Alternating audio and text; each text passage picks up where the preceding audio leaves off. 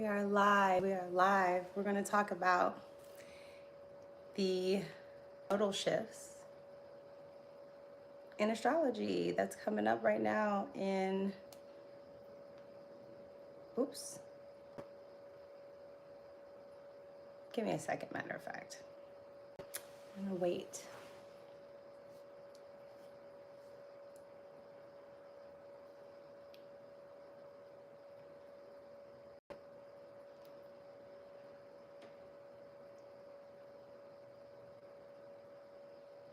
Hi, y'all.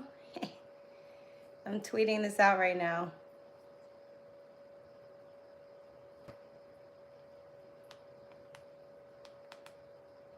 How are you guys doing? Shout out to anybody who puts in this for me. Thank you so much. We're about to be cooking because I got to cook and then I'm going to leave because that's just what we're going to do today. I'm going to make myself some food. While I tell you guys about some astrology, okay? Thank you. My sweater is cozy. It's my little fit today. Just a really regular black denim, but cotton. Yeah, here. Can you guys hear me well? Please let me know if you can hear me well. Let's talk about this nodal shift. My sleeves, because I'm about to make a quick little meal. And if you like this format, you guys will let me know. You know what I'm saying? You will let me know. I have a mic here, but I'm gonna try that on another live. But yeah, you guys will let me know. Either way, let's talk about. First of all, pull up your natal chart. Okay. Oh, happy belated birthday. Happy belated. Right? Are we still in? We're still in Capricorn season. Happy belated. To all the Caps. Shout out to you. Happy birthday. And if you're rising, this is basically a new year for you as well, right? Because of course, your rising sign, that is what a lot of your life is going to be about. So if you're new to astrology, welcome. If you're not new and you've been a student of mine or you've been studying and learning with me for a while, welcome back. We are going about this nodal shift that has happened already on January 11th. And this will be about an 18-month transit. It will dip back into Aries at some point, but then it will come back into Pisces. So the nodes are points, okay? They are not planets. Think about it as math. Think about it as math, all right? So there are points in your chart. It's where the eclipses are going to be happening. And we're going to have the eclipses in Pisces and Virgo. And that axis in your chart denotes Virgo, mental health, Pisces, spiritual health. This is always that axis. So if you want to look how to balance your personal, mental, and spiritual health, you're going to look at your natal chart. Now you can absolutely you're going to use your progress chart to kind of show you what's going on in your life, but your natal chart is the movie. Think of the natal chart as the entire movie and the progress chart as the current scene that you're in. I hope that makes sense. Think of it that way, right? Because if you are a Virgo sun, your whole movie is about Virgo topics. That is what your whole movie is going to be about, or the way that you see things, or the way the lens in which it comes through is going to be in that specific way. So it's going to be in a more analytical way, in a more methodical, logical way, okay? A person who's a little bit more scientific, because Virgos don't get enough rep for being as scientific as some of the other signs, right? Because a lot of Virgos end up being healers, doctors, people who deal in holistic problem solvers, things like that. So, you know, when you're thinking about that Virgo energy, it's about where we have to clean things out. Anywhere where Virgo is in your chart, you just need the bare necessities. You don't need to have an overflux and an overflow. Even if you have Jupiter there, Jupiter is going to give you a lot of stuff, but you're going to have to constantly be decluttering. So think of like your mental health. Your mental health is a constant process of taking information in and decluttering and taking things out and leaving what you need and harvesting, growing what you need, discarding what you don't need. Okay, and doing that because Virgo is an earth sign. Taurus is the first, Virgo is the second, Capricorn is the third. Taurus is where you seed, where you put the seed in, the soil. Virgo is how you tend to the soil, how you manage the soil, how you look at the health of the soil, okay? Think of Virgo like that in your chart.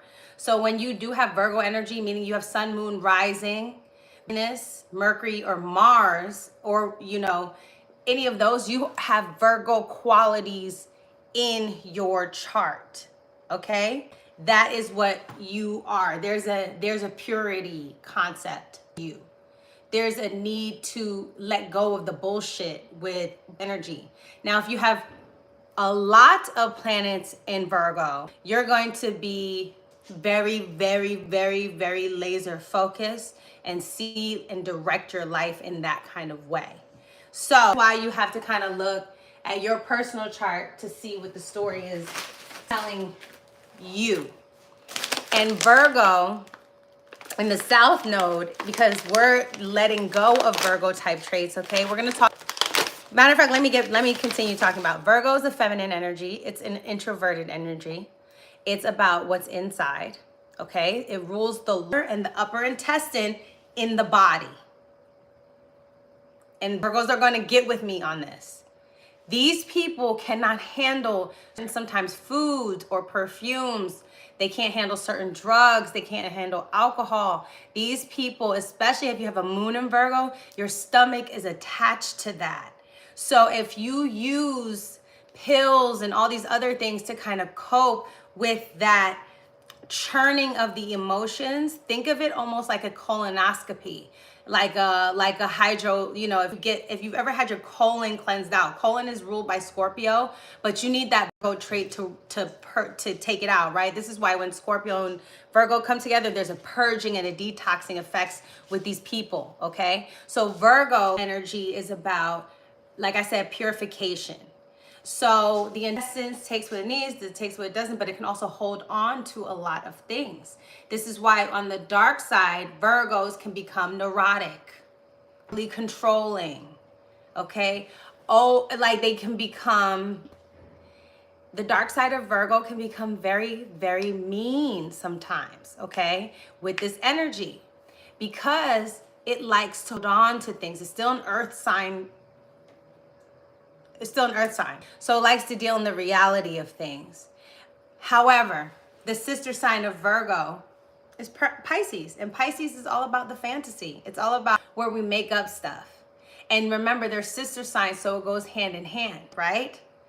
Virgos, if they don't allow the fantasy, or if they don't allow life to flow, or if they don't let God to magic, if they don't allow magic to show up in their life, they become very nitpicky and mean and very even hypersensitive. Okay, they can become very paranoid. Virgo has a very quality to it too, right? And because they can, oh, everything is dirty and this is gonna hurt me and that's not bad for me and this food is bad for me. I can't eat that. I can't eat this. And this is when they go all the way on the other side.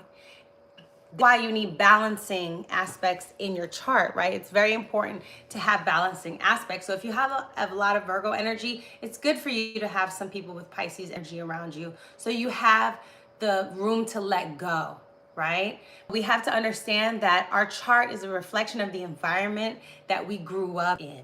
And it's the environment and how we think or how we needed to at the moment survive in those circumstances.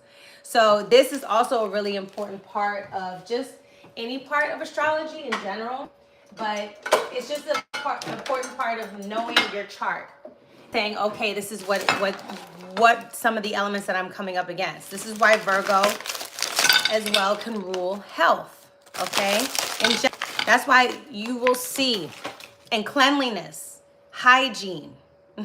These are things that are very, very important in the Virgoan world, okay?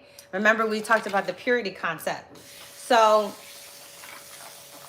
if we're seeing this Virgo energy and the South Node is there, the South Node in Vedic astrology is the tail of the dragon. And the tail of the dragon is where we have to let shit go. So just understand that the South Node is where we let shit go, and the North Node is where we let shit grow. Now, you don't let it all go. The point of the chart is to balance things out and to have the ability to sit in the middle, okay? This is why they might not have the ability to sit in the middle. They might be one too much energy and one another energy. But now the nodes are moving for us collectively. So for us, all of us as a group, we're all going to experience this shift that's happening, that happened last night. And it's interesting because the South Node, the North Node in Pisces, they look like headphones in your chart, by the way. If you pull up your chart, everyone has a South Node and a North Node placement. Every single person is directly opposite. So even if you just see one symbol, it looks like a pair of headphones. So if you see South Node in Cancer, it's North Node in Capricorn. If you see North Node in Gemini, it's South Node in Sagittarius. If you see North Node in Libra, it's South Node in Aries. It's automatically the opposite.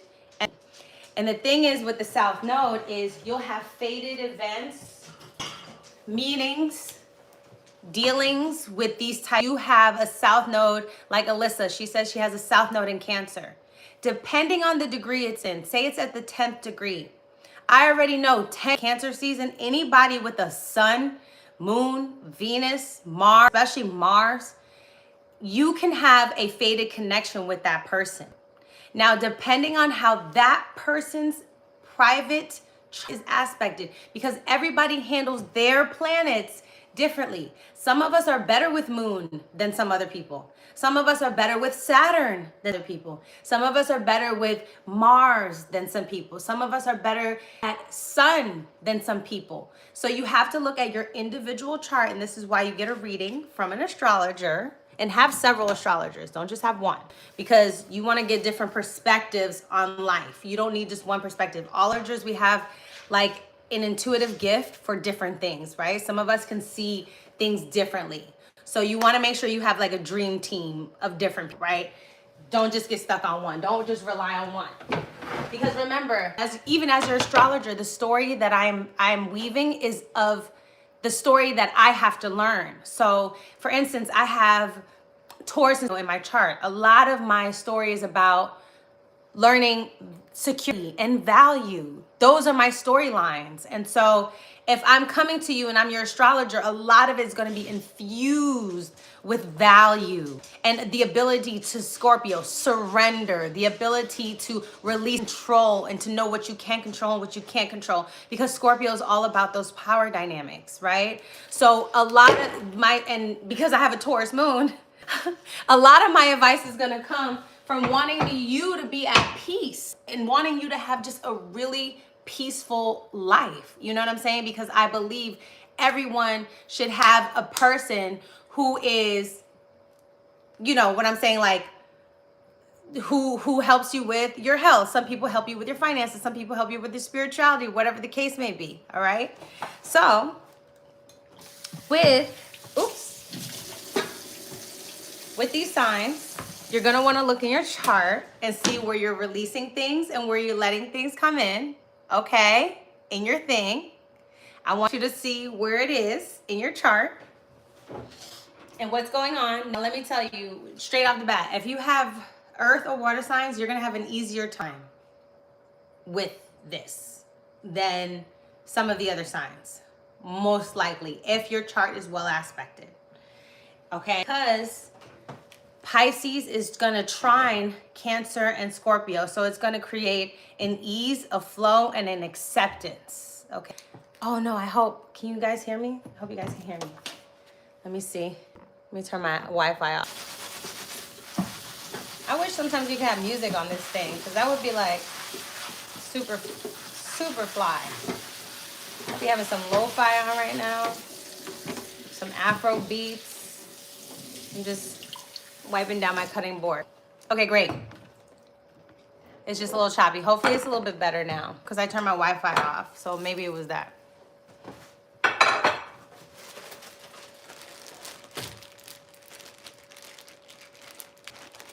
So,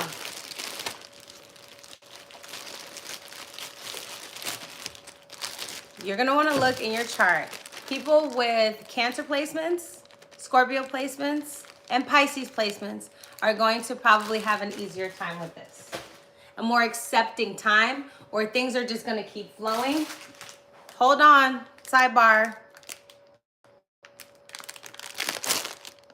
Because it depends on how your planets are aspected and which planets are in play. So if planets that are at home, or they like to be Cancer enjoys Venus or the moon, okay? You know, those are the planets they like. Then it's going to do a good job. It's going to give you more of that. If it's Jupiter in Cancer, you're going to get that. Or if you have the Venus in Pisces, Jupiter in Cancer, you have, you know, Mars in Scorpio, that can also be really, really good. However, if you have maybe a lot of Lilith or Pluto or Saturn or Uranus or Neptune, that can get a little bit more of a mixed bag. So just think of it like, okay, if I have planets that are helpful, it's going to help this situation. And if I have planets that are more challenging, it's going to challenge the situation, and it can balance itself out. Okay? So I need you to be mindful of your personal chart. This is why you need to know your chart inside out. Like Dom says, Lilith and Pisces. So you know with Pisces energy, Lilith theme, like feeling repressed in believing in magic and believing in different divinations and believing in different spirituality, believing in God, the universe, believing in things that are behind the veil has been repressed in your nature, has been repressed in your upbringing, okay? There's been a vilification to your ability to fantasize, to allow yourself to go to another realm, okay? So because you've had to deal with these challenges in your life, this North Node in Pisces is going to bring up Lilith themes for you. So what I want you to do, boo, is write down the degree of your and now everybody can do this. If you have Cancer placements, Scorpio placements, Pisces, Virgo, Taurus, or Capricorn, write down any of the degrees. Highlight them on your chart right now. Put a little highlighter. Sometimes I'll screenshot it, my chart, and I'll just highlight it. And I'll start different notes. Okay, so I want you to highlight it. Highlight the degrees. I don't care if it's 29 degrees. I don't care if it's 15 degrees, 8 degrees, 3 degrees. I want you to highlight it. Then I want you to open up an astrological chart, okay? It's called an ephemeris. It's like, I don't even know how to spell it, but look up astrology calendar. You're gonna be able to see, the nodes take about 18 months. They're gonna go back and forth. You're gonna be able to see the closer Pisces and Virgo moves to that degree of whichever planet you're talking about. For you, it's Lilith. Okay, so say your Lilith is at 15 degrees. Thank you for writing it down. Ephemeris. Thank you. Thank you. Say it's at 15 degrees. You're going to circle the day and the week or the days or whatever that North Node in Pisces is going to be at 15 degrees. That is how you're going to read your chart. And that's how you're going to know something's going to happen. Okay, Lilith at 8 degrees. So we know it's not going to happen now, but it's going to happen towards the end of it. But you're going to feel this energy the whole time, like building up. You feel what I'm saying? You're going to feel Lilith. Lilith is like, don't play with me. Like Lilith is don't play with me energy. Okay, that's what Lilith is. And when I tell you,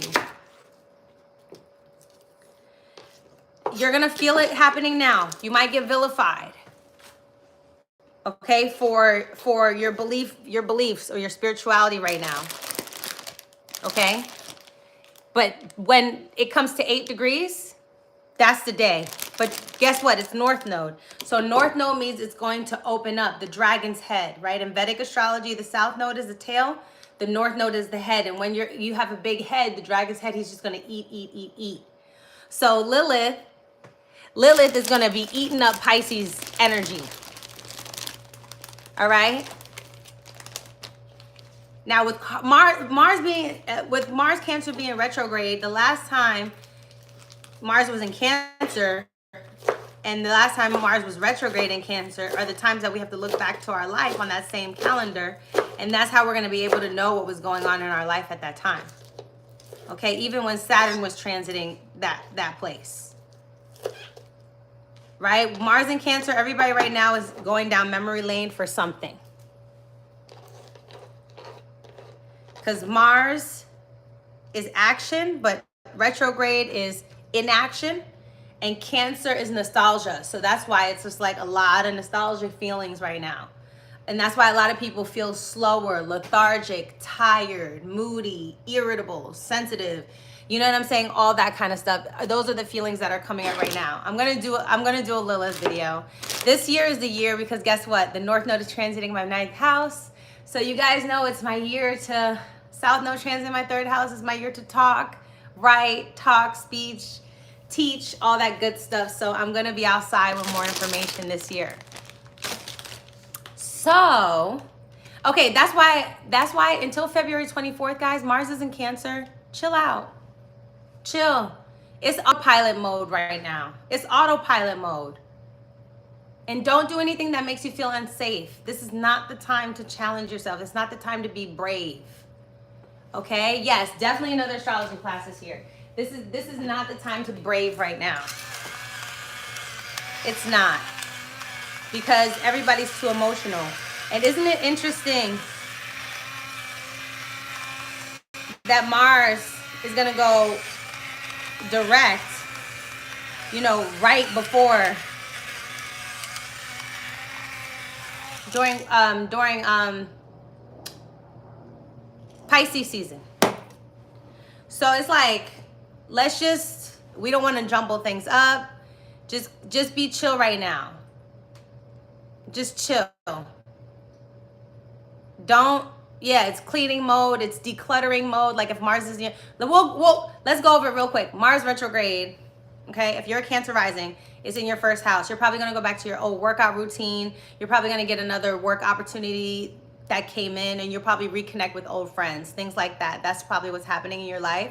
And you're just you're probably irritable, you're more moody, you're gauging that emotion more, okay? You're having more control over it, you're understanding it more, you're understanding your trigger points more. It's not as volatile as it used to be for you when you do have Mars retrograding your 1st house. Right now, you're way more comprehensive and understanding, and like, okay, I understand my emotions a little bit better. I know my trigger points. Okay, that's what's been going on for you. If Mars is retrograding in your 2nd house, you're going to be most likely a Gemini rising. Going backwards. A Gemini rising, right? So if you're a Gemini rising, Mars is retrograding your 2nd house. This is your income, your money. So old bills are coming up, old things with your money are coming up, situations like that. And you used to freak out about it. You know what I'm saying? Because Gemini is tethered to their money emotionally. They're emotionally moved by their money. That's why they can't really do things that are not emotionally valid to them or of emotional value to get their money.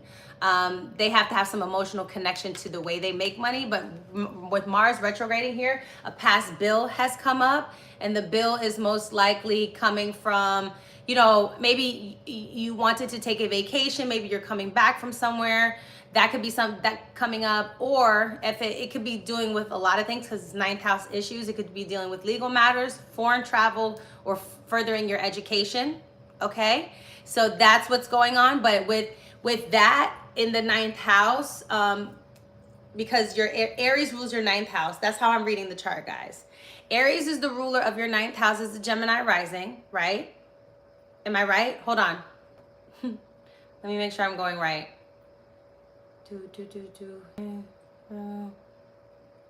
Gemini, Pisces, Aries. Yes. Okay. The ninth house is Aries, right? That's why that house is going into the second house.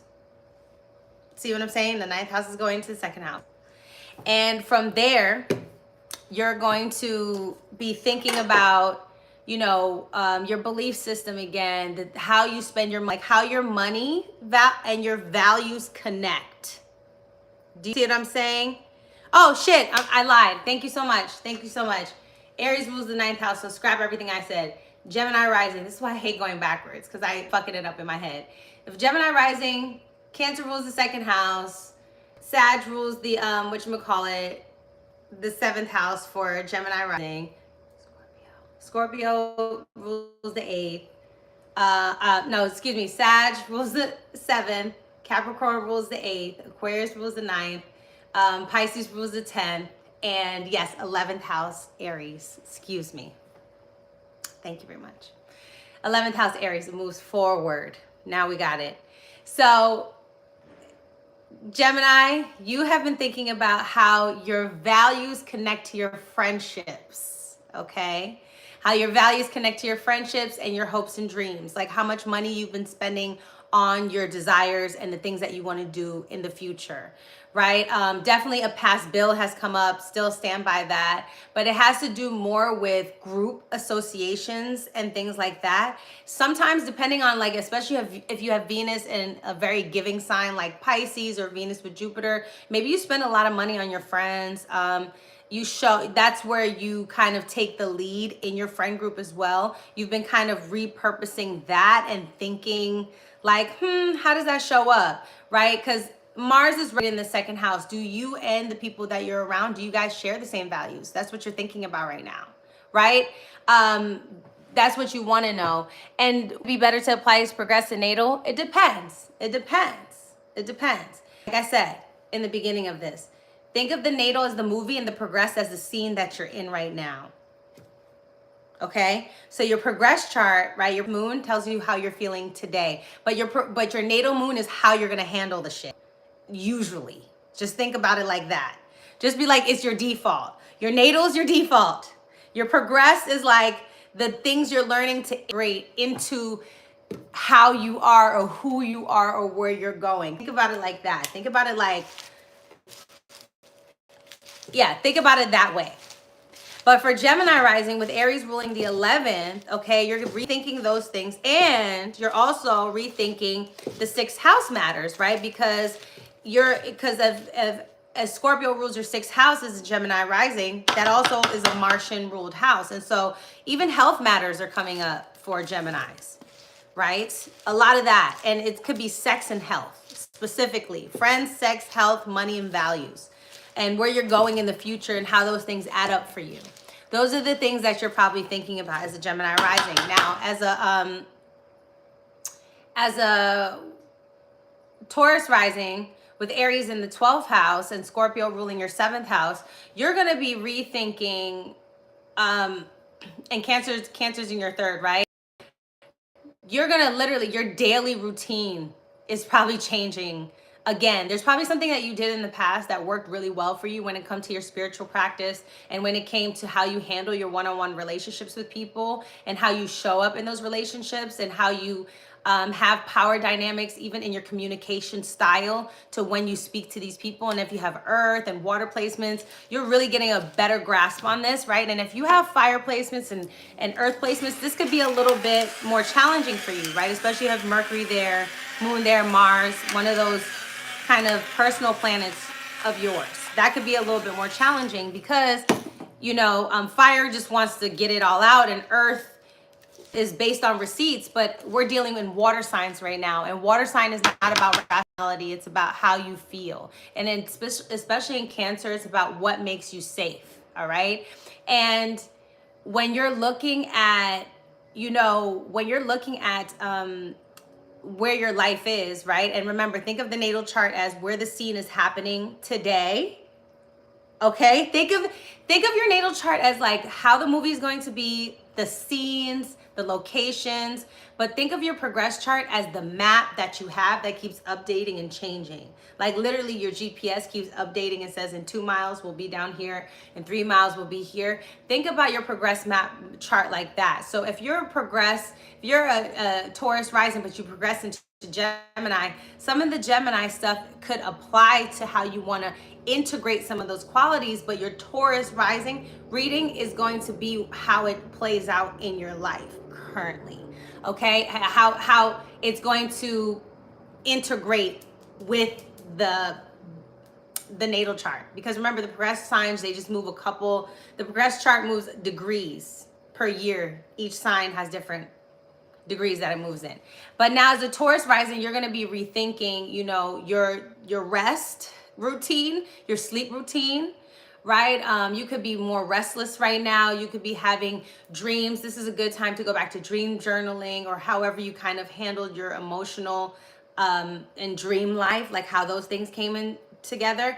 And then there could be a past conversation coming up with someone that is close to you, whether it's a business partner, whether it's somebody you're married to. If you're married, you guys could be rehashing a conversation that you've had before. That could be a trigger point. Remember, Mars in Cancer is triggered by the shit in the past. So if it's in the 3rd house, it was a conversation and your mental and maybe a task that wasn't done. So that's what's going on with Taurus rising. You guys are going to have to you're going to be repeating this conversation and then seeing how you're emotionally able to handle it if you're more subdued.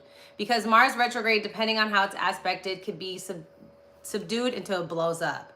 But Mars retrograde, especially in a really powerful chart, could be very helpful. You know what I'm saying? Because it can make you a little bit impactful in your approach to things, right? Depending on how the Mars is aspected. But remember, Mars hates being in Cancer. It doesn't like being in Cancer. And so it causes a lot of domestic issues to come back up again. And this is why I'm talking about Mars being retrograde and all those things, all right? So now if you're an Aries rising, obviously it's going to rule your body.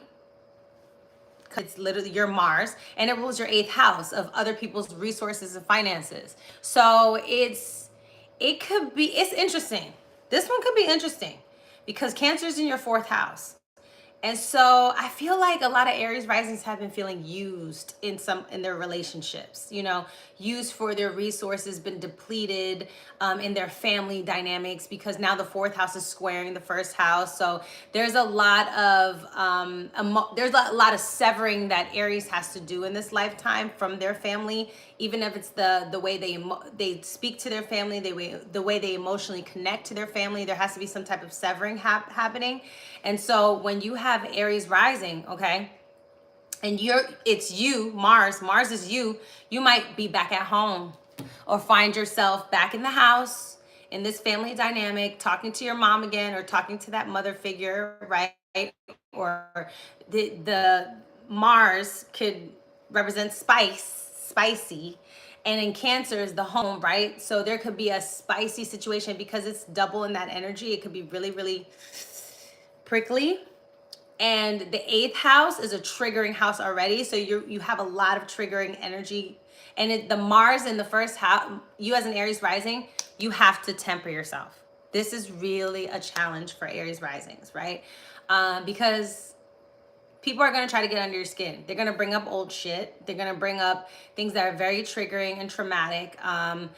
Mars also in the 4th house could be digging up things depending on how things are aspected. With North Node in Pisces, that could represent a secret, you know what I'm saying? And a hidden secret, because it represents your 12th house now. And the 6th house has to do with health, right? The 12th house. So it really depends, right? Yes, saying no to people pleasing, because we just came out of South Node in Libra. South Node in Libra is like, how have we been showing up in people pleasing ways? And all of us have, in a different way, right? In our chart, whatever that is, all of us have had to learn how to rebalance our relationships with people. So with Aries rising, I really want you to be mindful. The 8th house also rules crisis. Okay, so you could be coming up to a crisis as well, and you want to make sure that you're mindful of what's going on with that Mars retrograde, all right? You're probably going to handle it in a much calmer way if you're able to just know that, you know, you're an Aries rising, and you're going to have to be the brave one a lot of the times in a situation, because Aries represents the soldier. And, you know, and follow Mars so that you can know how you're feeling about things. So that's happening if you're Aries rising. If you're Pisces rising, you have Aries ruling your second house, Scorpio ruling your ninth house. So it's interesting. You could probably be going back somewhere that you've been before, that you've traveled before to, right? You could be severing a relationship with a mentor or a belief system, or reconstructing that. And so you're seeing how your second house of money and values, self-esteem, self-worth is tied to your ninth house of beliefs and things of that nature, right? Because as a Pisces rising, you're going to have North Node transiting your first house, okay? And it's going to bring you power. It's going to make you seen. It's going to put you in position where you have to show up and put that Pisces little magic little spin on that thing. Okay, on that thing called life. That's what you're going to have to do in these situations. So my Pisces risings are going to have to deal with money issues, okay, because Aries rules your second house and Mars is retrograding. So in Cancer, which is ruling your fifth house. So it's actually, you know, it's interesting.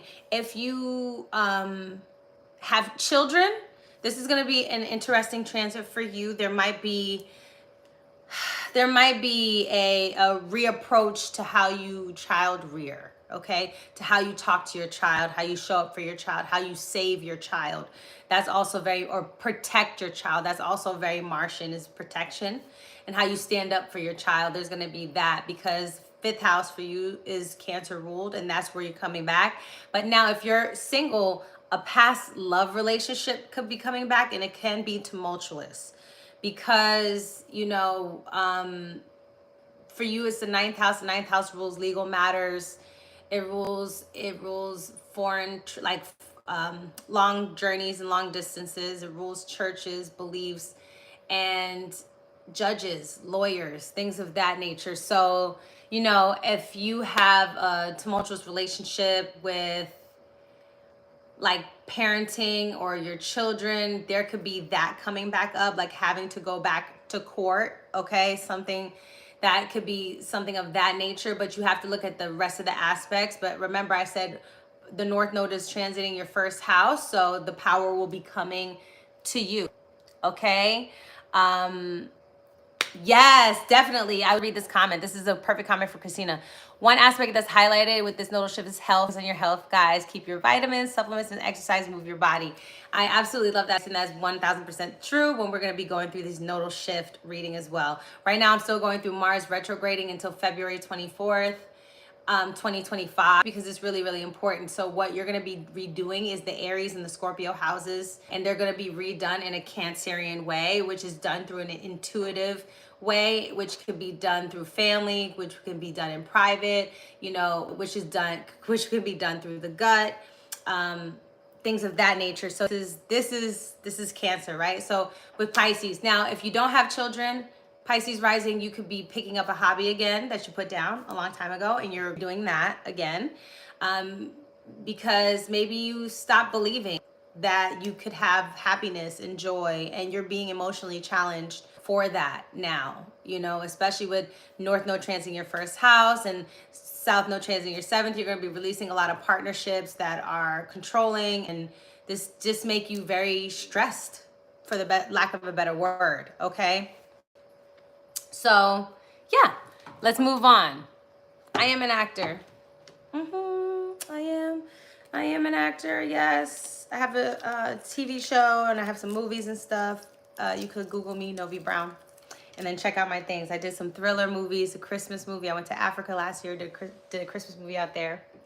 So check me out. But yeah, so let's keep talking about Cancer, Mars retrograde, and then we're going to dive into this nodal topic. It does not take me this long to cook this. I just am chilling with y'all right now. So if you are an Aquarius rising, Aries is going to be ruling your third house. And Scorpio is ruling your 10th. You know, Pluto's going into your sign too. So there's just a lot of changes going on for you. So with Cancer in your 6th house. Yeah. Cancer's in your 6th house. You're reworking your daily routine. First of all, you're going back to a health regimen that used to work out for you before. Okay. And you're going to what made you comfortable in your body. That's what I've been hearing for Aquarius. This can also impact Aquarius moon as well, because moon is how you feel on the inside, and Mars, you know, the aspect to it is in conjunct. So you can definitely be feeling these energies on a personal level, but I would really try to stick to this reading for the rising signs. So Aquarius rising, you have Cancer in the 6th house. You're going to be rethinking how your emotional stress levels have been impacted by your career and your need to succeed and your need to build a legacy. All right. Even the government has been stressing your ass the fuck out. You know what I'm saying? Your elders around you could have been stressing you out right now. Power dynamics at your job, right? And your career and how you chase that. And Mars in the 6th house retrograde is also going to bring up agitations around coworkers or employees again, but you're going to have to handle it in a different way this time, right? Because it can impact your reputation, your legacy, things of that nature, because Scorpio rules the 10th house for Aquarius rising. However, okay, for Aquarius, the 3rd house is Aries ruled, and it is sextiling you, which gives you the ability to create an opportunity for your mind to shift, right? Because your 3rd house is sextiling to your 1st house, but your 3rd house is squaring your 1st house. So it's going to make you publicly uncomfortable, but you'll have the opportunity with the 3rd house in Aries to lighten the load in your mental, okay? And lighten the expectation that you might have of yourself, because Aquarians are very progressive and they think of the future, but they don't live in the present. They do everything for the future, and they could be so stuck in that because you will never see the future. Aquarians are very hopeful, just like Pisces, because Pisces is the next sign after Aquarius, right?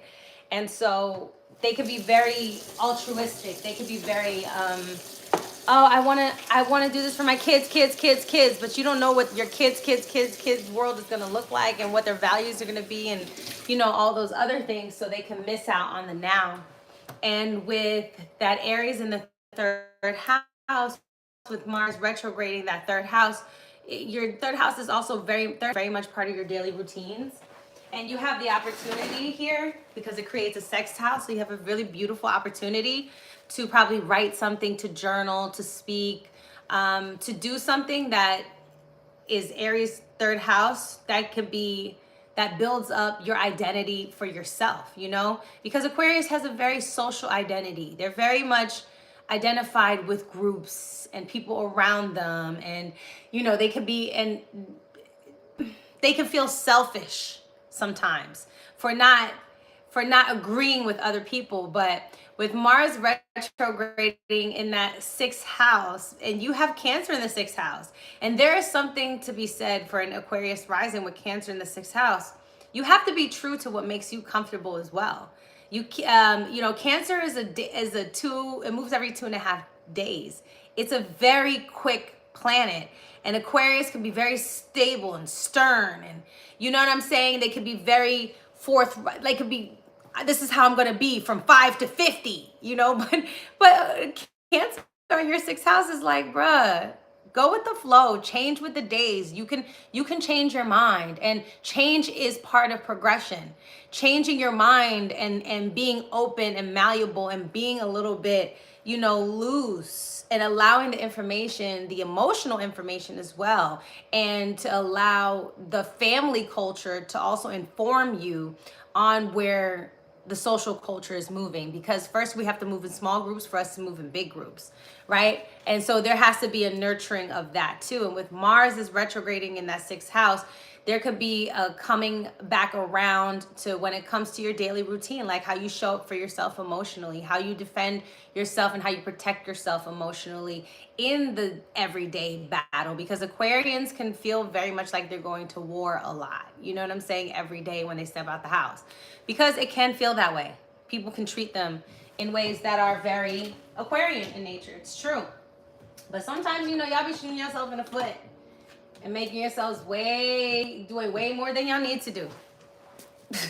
So that's if you're an Aquarius rising. Now let's take it to Capricorn rising. So if you're Capricorn rising, you have Cancer on the 7th. Obviously, Mars is retrograding there. But it's Mars is retrograding there, so there can be another battle between you and another person, whether it's business partner or marriage partner or somebody that you're living with. It can also be a person that you consult with, right? Because the 7th house is a person that you have a one-on-one relationship. So it could be your doctors, your dentists. It could be all those people as well. However, with Capricorn there, you have Scorpio in the 11th house. This creates a sextile for you as well. So this is your hopes, dreams, wishes, goals. These are your association, your friend groups as well, right? Your social life, your public life is very much the 11th house. It's your humanitarian side.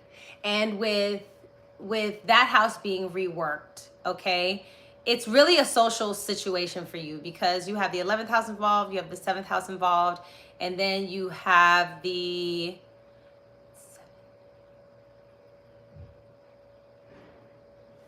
for real, you have the 4th house involved. So it's very much like how you connect. Basically what's coming up, hold on, let me think what's coming up for you guys. Capricorn. It is. I feel like you're rethinking how a specific person who might be tied into your family or someone you're close to or someone you grew up with, but this is someone close to you. It's not someone too far away with you, but how they influenced how you pick your friends. You know what I'm saying? And how you did pick your hopes, dreams, and wishes and what you want to do with your future. I feel like that is very much coming up for Capricorns. Because remember, Capricorns, they had a lot of pressure put on them from a very young age. And some of it was, out of the control of the people you were raised with, and some of it was in their control. Some of it was circumstantial, some of it was environmental, some of it, But with that situation going on, I'm really thinking that because, Aries rules your 4th house in your chart, and Scorpio rules your 11th house of friendships, and Cancer rules your 7th house, and it's someone close to you, someone definitely in your family dynamics. How do they influence you? How you stand up in social situations, how you fight for your dreams, how you fight for your future. All these things could be really, really important to you. And you're just sitting here and trying to evaluate as a Capricorn, what am I building? What am I creating for myself? Why am I so hard on myself? Because Capricorn rising is another sign that can be very difficult on themselves. They could be very reserved. They can come off as if they don't want to have fun or they can't have fun, but it's because they have a lot of pressure and responsibility that's been put on them. And right now, especially with Pluto moving and all these other signs moving into different places, and Pisces it's going to be a good situation for you with Pisces and Virgo. You're going to have the opportunity to really dream bigger. You know what I'm saying? See things in a different way and communicate for yourself in a way that's more authentic to the integration of your soul, not just the disciplined side of you, the hardworking side of you, or the side that can produce, right? Capricorn energy is a very productive energy, and they feel like they have to constantly produce shit and constantly create a result and create and, you know, just keep doing and making and doing and making and sacrificing and doing and making and sacrificing, and they can feel like they're caught in the cycle. But with this transit, I'm excited for you Cappies, actually, now that I'm thinking about it. I'm really excited for y'all because y'all need this release. You know, the micromanaging, the everyday, the day-to-day, like you're not good enough, how you talk to yourself, all that kind of stuff. So yeah, that's what's gonna come up with Caps. Okay, so let's go to Sagittarius. Now, Sagittarius, we're gonna have to talk about you, but Mars is retrograding in your 8th house. And that's interesting. Your 8th and your 5th. So this is gonna have to do with your lovers, your sex life, how you make money from your hobbies, the things that you do for a thrill that could be connected to trigger points, past trauma even, how your lovers can pain you or how you can pain your lovers. Because the 5th and the 8th house, the 5th house is supposed to be a fun house and the 8th house is a very intimate house. And those are, you know, they don't necessarily get along like that. And it's gonna come out in your 8th house, but which at least is gonna be a private situation. So this is something you can handle between you and your therapist when it comes to your 5th house, the things that you love and the things that you're interested in. But it can also stem from a conversation about your childhood, because the 5th house very much has to do with childhood. Even your idea about children and things of that nature could be coming up for you as well as a Sag rising. This can make you uncomfortable because you have Cancer in the 8th house, okay? So you could be feeling very on edge right now, very irritable, very triggered, okay? All that kind of stuff could be happening at this moment with Sag. And then you have Scorpio in your 12th house, so that's even more energy. But the good thing is that the 12th house is trining the 8th house. So if you have anything in the 12th house, you know, if you sleep, if you rest, if you allow your body to heal in a natural way, if you connect more with God, if you meditate, if you have moments of silence and isolation, it could be really helpful to you right now. But you're going to be a trigger point from maybe a family member. Could also pop up for you here. It could be a woman in your life, right? Because this is Cancer energy, Mars. So that energy could be very prominent for you, and it's the 8th house. So this definitely has a lot to do with your ability to change, your ability to grow, okay? Your ability to expand the way that you should, especially as a Sag rising, okay? So now let's talk about Cap, I talk about Cap, Sag, Scorpio. So Mars is ruling your 1st, obviously. Aries is in your 8th, and Cancer is ruling your, am I right about that? Excuse me. No, Aries is ruling your 6th, excuse me. And Cancer is ruling your,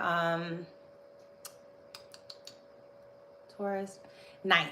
So your 6th and your 9th and your 1st are all coming into play. So your 1st and your 6th are going to play into your 9th. So you're going to be spending time going back to belief systems that help you feel empowered. You're might be going back to an old shaman, reader, somebody like that, mentor. Maybe you're cutting ties or having a last conversation with someone. This nodal transit is going to be helpful for Scorpio rising because you guys are going to be getting sextiles and trines from this. So this is going to be a good period of change for you. And Cancer is in your 9th house, and you nurture your belief system every day, you know, on a daily basis. Is something that's very close to you, private to you. Mars is there, and you know, maybe it's you approaching your mentor because Mars also rules you and your 6th house. So it could be somebody who was a part of your daily growth, your daily spiritual journey that you might be reconnecting with. It depends on how it's aspected in your personal chart, if it goes well or if it doesn't go well. Okay. and if it was meant to be. Because first you have to see if it's written in your chart, obviously. You know, that's always rule number one with astrology. That's rule number one. Is it written in my chart? If it ain't written in your chart, don't worry about it. If it ain't written in your chart, it's none of your business. That's why when you get readings, they could be it could cover so many topics. But when it's written in your chart, your astrologer tells you, oh, okay, we're going to talk about this specific thing. You know, what's going on right now. And it could be an all-in-one situation as well. Let me see. Okay, quick question. I looked at my signs and saw stellium in the 12th in Scorpio, but I recently checked whole signs as the first. I don't know which one is correct. I'm a Scorpio rising also. You'll have to, so this is the way you can kind of, have you spent most of your time by yourself and alone? Like literally, do you sit in the room in the dark? Do you enjoy dark places? Have you worked in hidden places? Have you worked behind the scenes, always behind the scenes for somebody else? Have you felt like you've been hidden away and in the dark your whole life? Or have you felt like you've had to protect yourself from people? Like you're exposed to to everybody, and you feel vulnerable to others in relationships, and you've had to protect yourself from people. And so you've been in situations where you've had to protect yourself and fight for yourself and things of that nature, because that is a difference. When there's a lot of 12th house energy, you can feel like no one sees you. You feel like Harry Potter. Remember when Harry Potter put on the invisible cloak? That's how you fucking feel when you got 12th house energy, okay? So like if your 12th house is connected to your sun, moon, rising, Mars, you can feel like that part of your life is hidden, or that's the part of your life is behind the scenes. Okay, so that's Scorpio rising. I think I just have Libra rising, Virgo rising, and Leo, right? Yeah. Libra rising, you're going to be dealing with Mars Mars retrograding in Cancer in your 10th. And it has going to deal with someone that you partner with. So a business partner or somebody you work one-on-one with that has to deal with your career as well. So your 10th and your 7th are going to come into play, right? Where's it going to go into play? In your 10th house of career. So this is going to be a public situation you're going to be in. Just letting you know. It's going to be public. So be mindful. People are going to see the Mars happening. Okay, I'm just letting you know right now.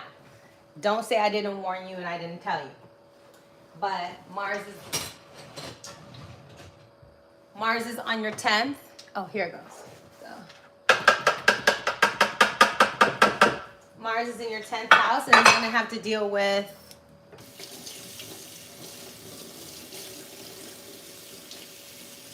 your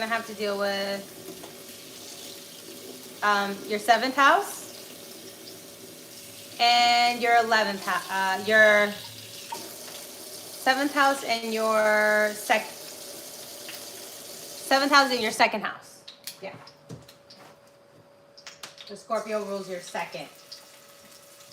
So money, a relationship, career. Maybe you're asking for a raise right now, or you're trying to get more money. Maybe that conversation's coming back up.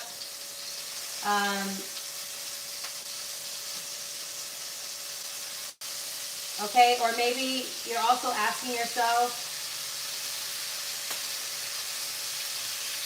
hold on.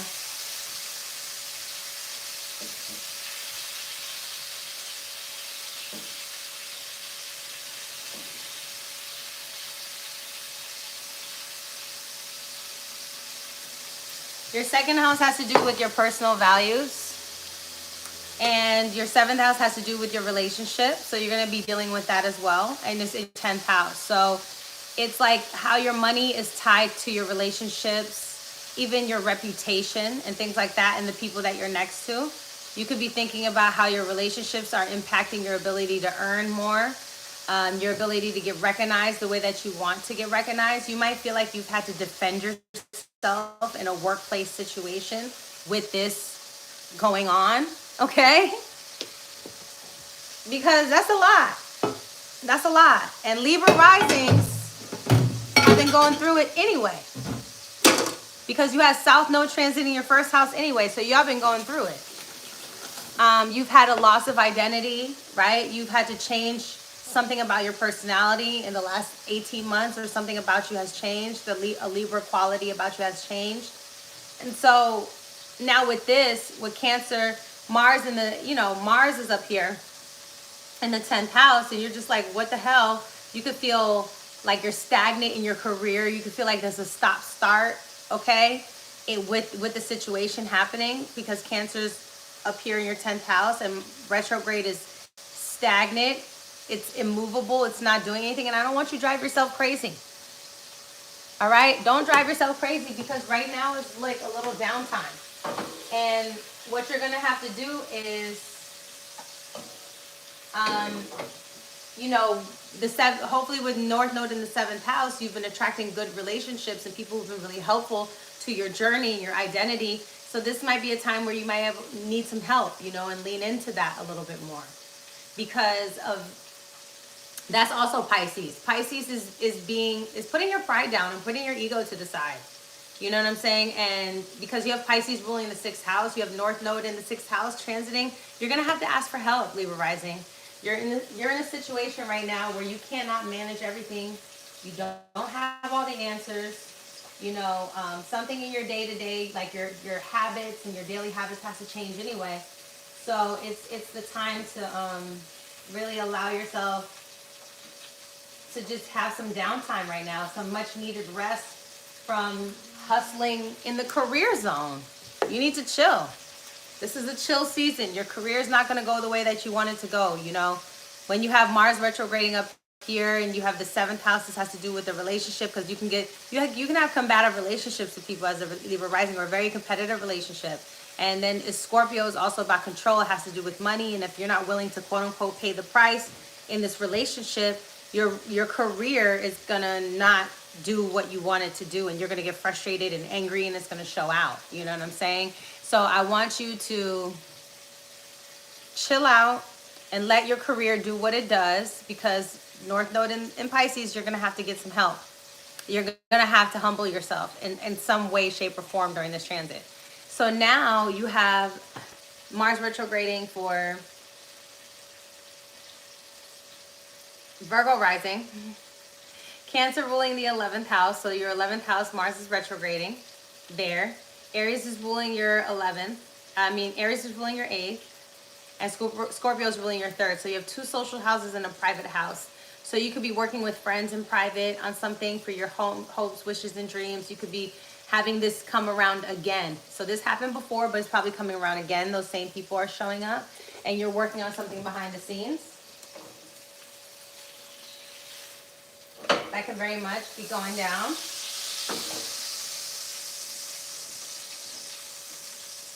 All right, and the third house has to deal with a close friend or somebody you feel like you have mental synergy with. And Aries has to do with investment. So somebody could also be investing in a skill set that you have right now, as well as a Virgo rising, and that's the thing you love. You love to feel useful. You love to be at work. You love to, you know, show off your intelligence. Virgo loves that. They love to show off how handy and how just like how dope they are. Virgos love to show off how dope they are. You know, like they know shit, but they want to be low key with it on how they know it. That's how Virgos, they want to come off low key. You know, like, oh, you know, it's whatever. But they love solving a problem. So with Virgos, oh yeah, where are my pickles at? Woo! About to eat these spicy pickles together. With Virgo, you guys are going to be, this transit will be interesting for you as well, but with everything going on, you need community right now. You need friendships. You need to communicate. You need to send the email back, send the text back, reply back to the message, call the person back, so that your hopes and dreams can be nourished and nurtured.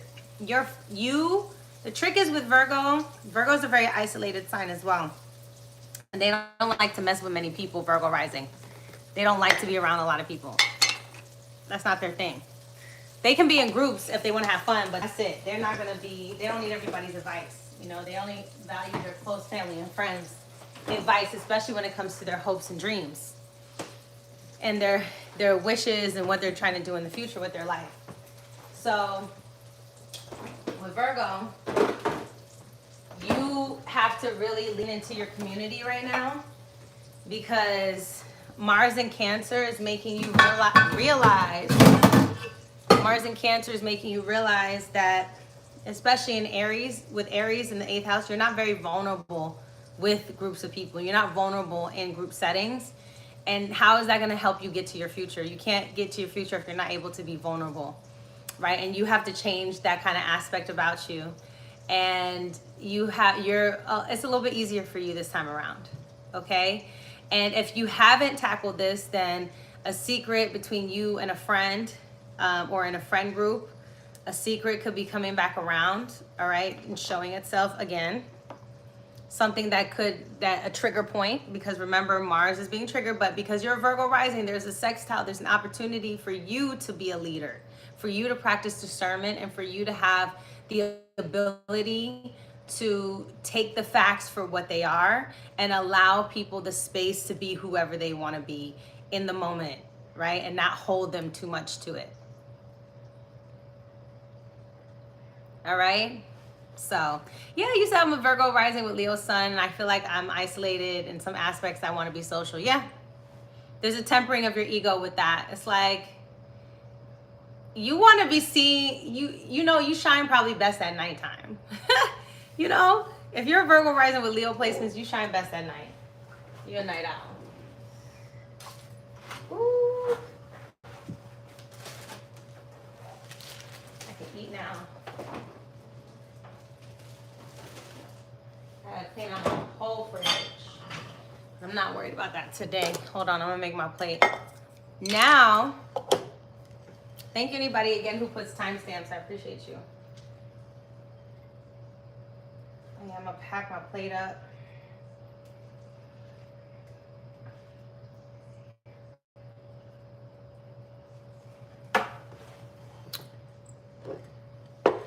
Caesar salad. It doesn't take me this long at all, but my first time like talking and cooking, so I gotta get used to that if this is what I'm trying to do. You feel me?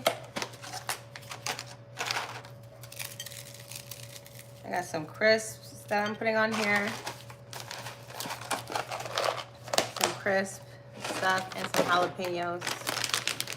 So we're gonna talk about this North Node transiting. We're gonna start with Virgo and Pisces first, because obviously this transit is about you guys, duh. So we're gonna talk about the people it's about. So North Node is transiting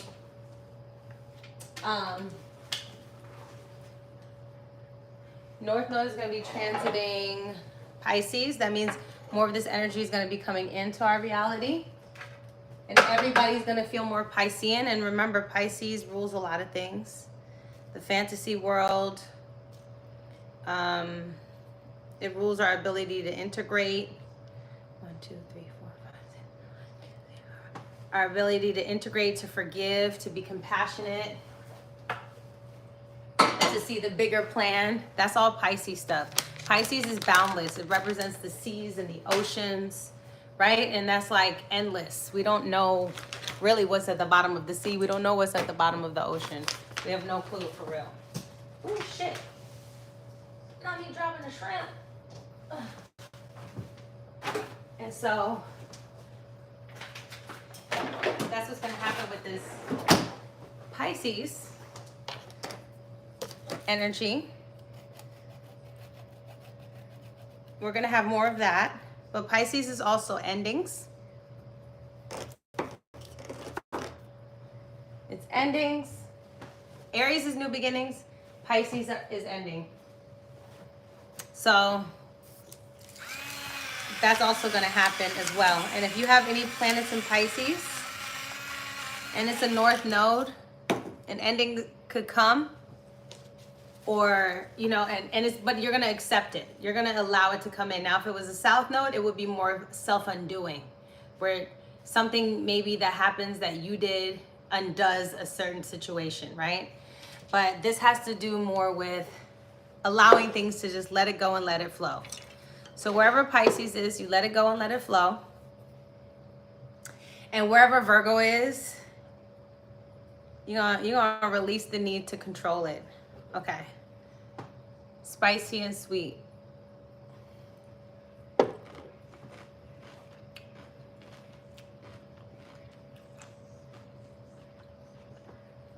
So good. I put this on my charcuterie board when I had guests a few weeks ago.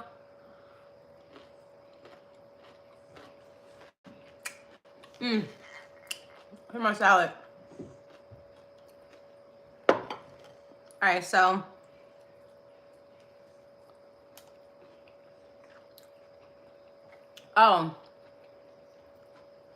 the industries is gonna cover Virgo, healthcare industry, for sure.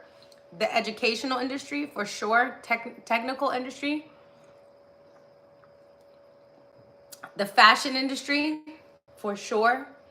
Those are some of the main industries that are going to be impacted by this transit. The North Node, meaning South Node, is going to be there, you know. South Node is a release of, letting go of, a change of, a need to elevate, okay, an evolution. And then North Node, well, Pisces energy has to do with anything that has to do with water. So travel, foreign travel, you know, when you have the water,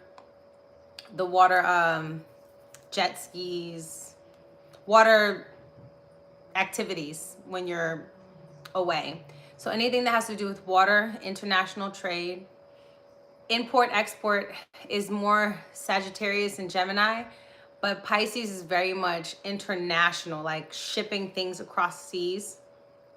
Water sports, thank you. And so that's Piscean things. It also has to do with aquatics, the fish industry, you know, anything that has to do with submerging or being underwater, as well as the liquid industry. So water, perfume, soda, anything that's liquefied, okay?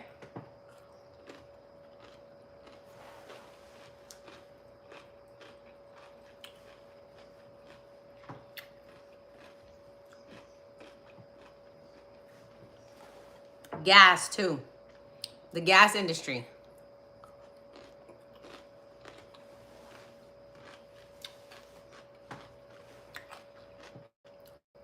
And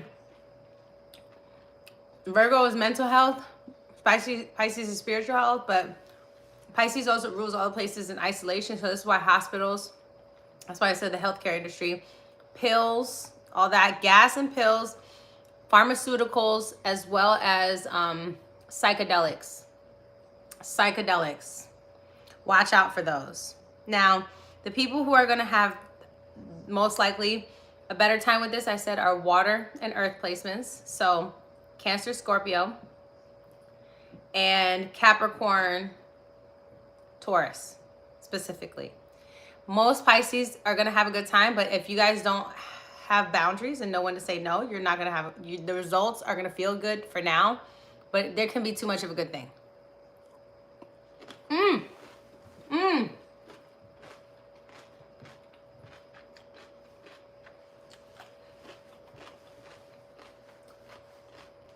Alcohol for sure. Thank you. Spirits.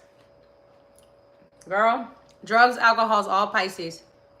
It's all Pisces stuff because it's escapism. People are going to want to escape more. And there's even a darker side to that, but I'm not going to mention that on YouTube. So,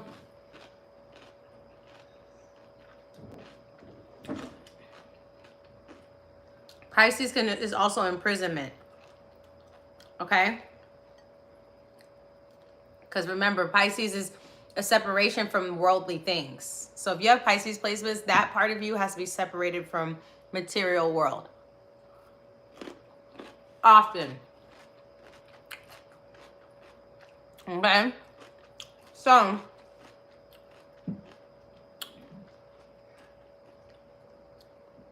Pisces. Where have we been creating a fantasy for ourselves? We're going to keep painting in that place. In Virgo, we're going to let that place go.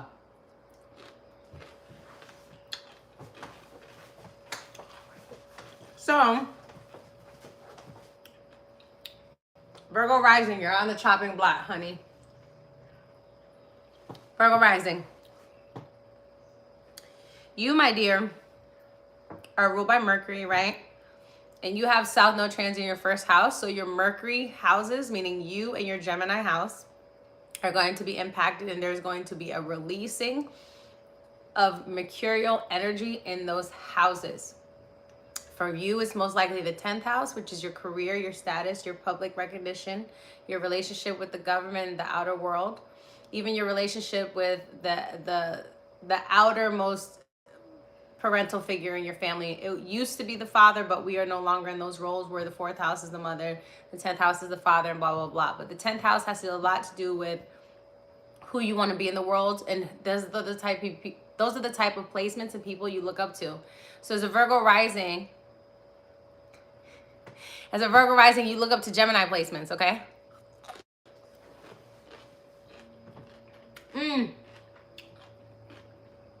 Unless you have like Lilith or, you know, unless you have something else, but more than likely it's Geminis that you see a lot in your life to aspire to.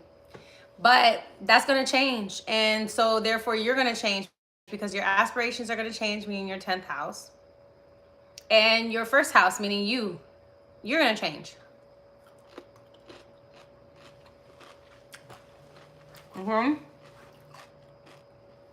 Okay, you're gonna change.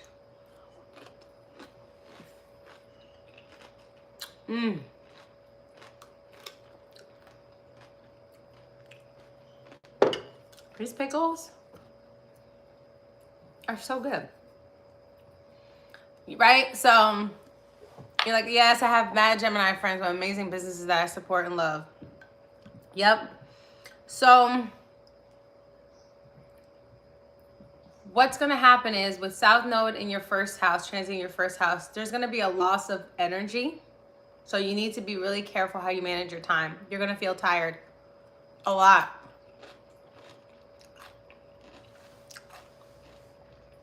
A lot and often. Okay? These pickles are so good. They're so good, and they're so low in calorie, and they're crunchy, and they're just delicious.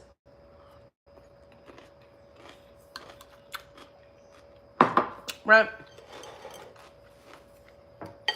You're going to be tired. Okay, as a Virgo rising, you're going to be tired. So you need to learn how to manage your energy properly. You need to not burn out at work. And you're going to be restructuring and seeing how you're going to redo the future, like what the future looks like for you.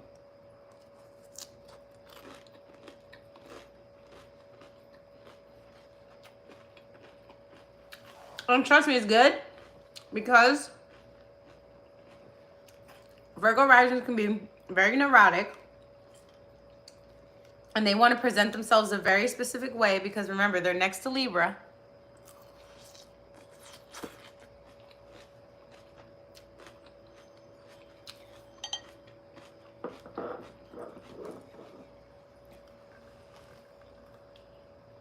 I got these in Whole Foods.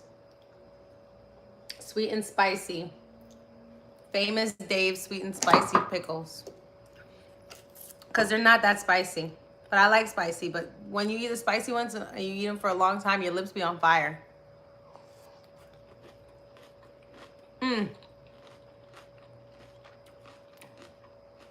So, you're going to be tired,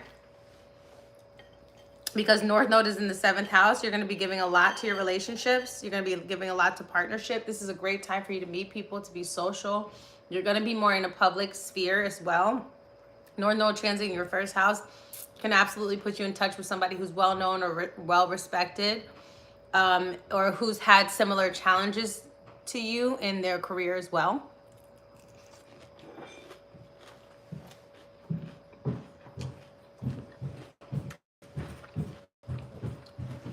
You want your salad, boo? Yes. You look nice. Thanks. I'm on my YouTube. Oh, hi, YouTube. You want to say hi? I just said it. Want to show your outfit? He's very mindful. Very mindful. You're matching. Oh, inverse. Mm-hmm. Well, Look at that.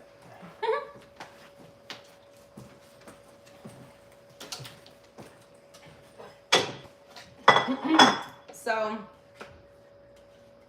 wherever your Neptune is where your thing is going to be activated. And also the thing about this transit is this is a generational transit. This is a very social and generational transit. So you're going to see a lot of it, even though it'll happen in your personal life, you'll see a lot of this in other places as well, because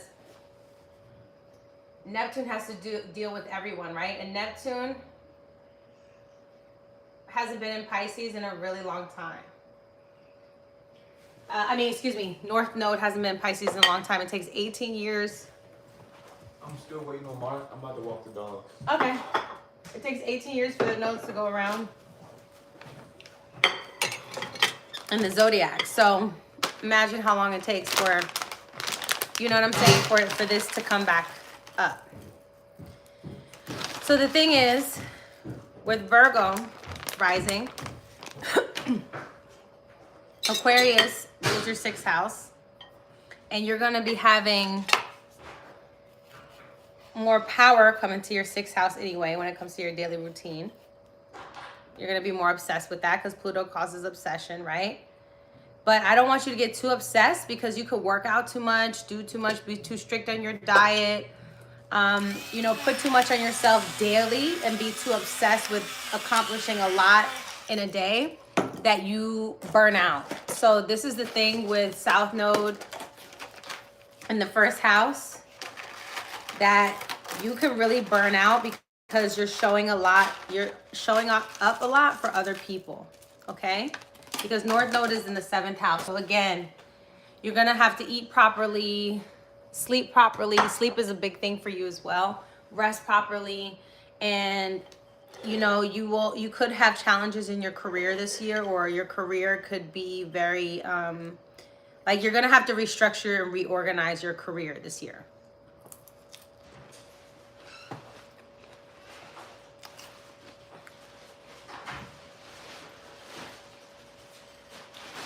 Restructure and reorganize.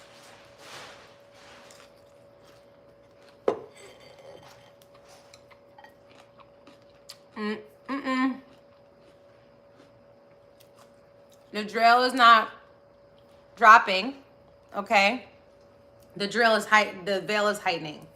Because North Node in Pisces means things are going to get more confusing, more fantastical. People are going to be telling themselves their own stories.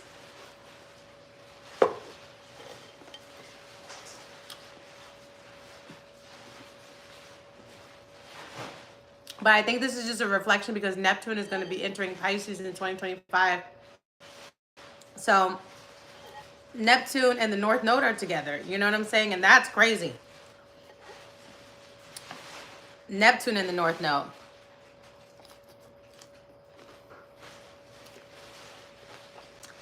In Pisces. I don't think we'll really see that again. No, we won't. Because we won't see Neptune in Pisces ever again. So this will be our last time having North Node with Neptune in Pisces. So this is going to bring in a lot of feelings of compassion, love. But there can also be a lot of sorrow and melancholy with this, depending on what it is. Because remember, Pisces disappears things. It's the ending of something.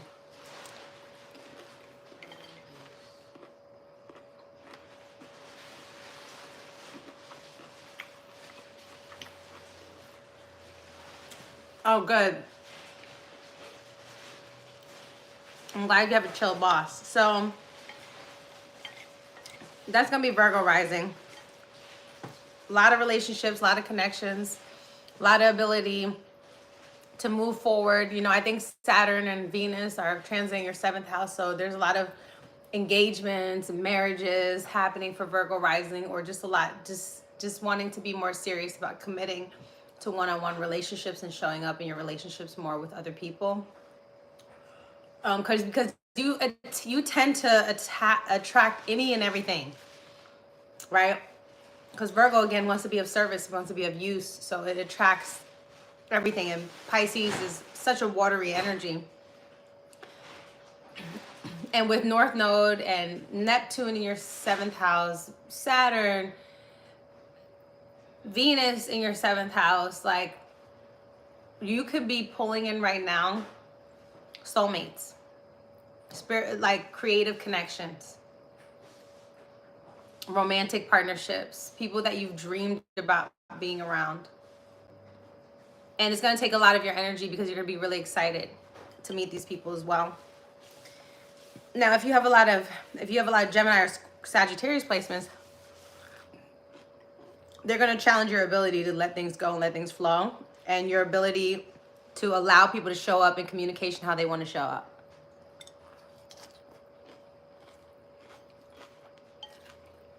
I don't know about y'all, but I do better in person. You know, I'm not a texter. Geminis, I don't be texting like that. I can't be texting paragraphs of shit. I'm not texting my whole life.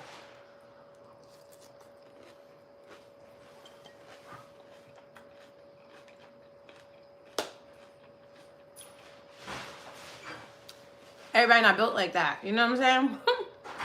So that's why, because for Virgo is very important is communication and thoroughness.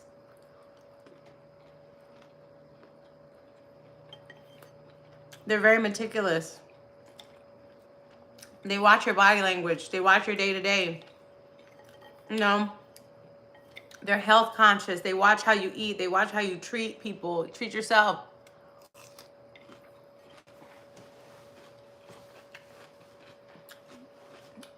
But they do that because they feel like they're being watched. Virgo feel like it's being watched all the time, right? Because you have Leo in the 12th house. So you feel like, and you know who you're being watched by? By God.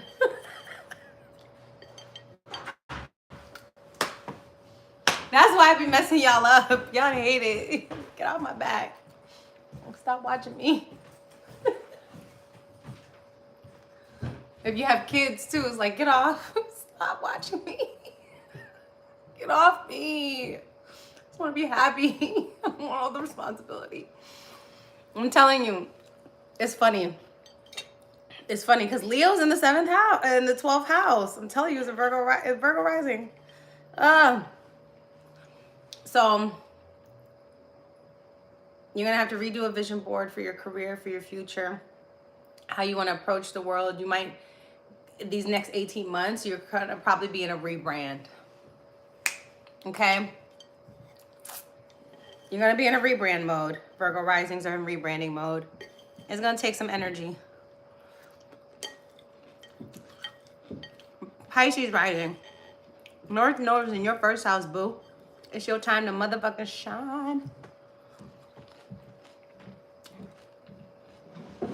It's your time to shine. It's your time. You're going to feel like the spotlight's on you anyway. Okay? You're going to feel like everybody's watching.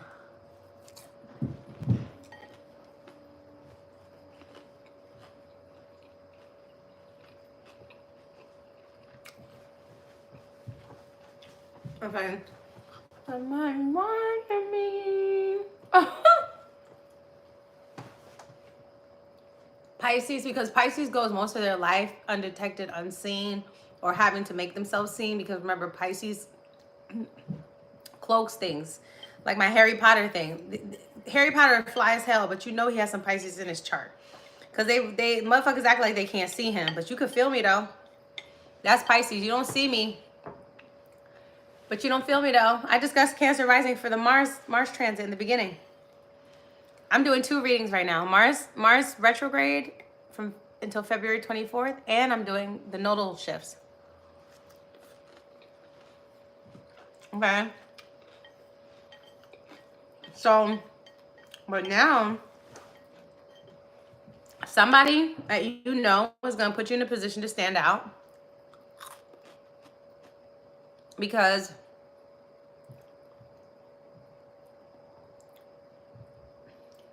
and it's going to be someone It's going to be someone at home or a close personal friend, a sibling, aunt, uncle, cousin, depends on where your Mercury is.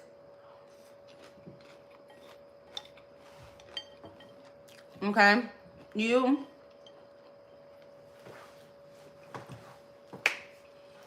have the North Node transit in your first house, South Node transit in your 7th house. So that means people owe you things, and things are coming to you from other people in your personal relationships, your one-on-one relationship. And it could be your work relationships, because Virgo does rule work. It could be your classmate, okay, if you're in college or if you're in high school, because Virgo rules that, people you get smart with, okay? It could be your workout buddy. Depends on where your Mercury is placed. If it's below the horizon, someone you know privately.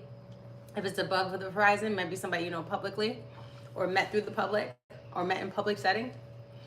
But what's going to happen in this situation is the South Node is in their 7th house. So they're going to be bringing you things. And because North Node is transiting your 1st house, you're going to be an unexpected blessing in people's lives. For the next 18 months, you're going to be put in situations where you have to be brave and show up. You know, if you have 8th house placements, 12th house, you might save someone's life, low key, because you're in the right time in the right place, because God called you there. You know what I'm saying? Because instead of this way going to work, you went this way to work today, and then you were able to help somebody on your way there. So it's going to be a very magical time. Your gifts are going to be reinforced. You know what I'm saying? You're going to be a healer. A lot of people are going to be coming to you. You could be pulling in a lot of clients at this time who need your help, South Node and Virgo, with their relationships, with their health, depending on which field you're in. That's why the spotlight is going to be on you. You're going to be the expert this time around for the next 18 months. All Pisces, stand up. Because it's your time. Right? And Pluto's in Aquarius in your 12th house. So, honey, you know this was good. So, you're going to be dealing with some wild shit. Some wild shit. Now, don't get too close to these motherfuckers, though.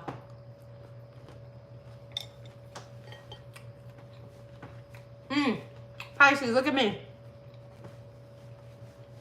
Come here. If they are your customers or clients, they are your customers and clients. Keep them there. Don't make everybody your friend. Don't make yourself a hero. You are a part of their life. You're not the hero in their life. Okay, even if you save their life, this time somebody else is going to come save their life, because remember, you have a savior complex going on. And when the North Node is in the 1st house is Pisces, you can feel fucking undefeated in this hoe. You can feel like, nothing can stop me now. Nothing, no one, ho. I'm protected by God. And you are.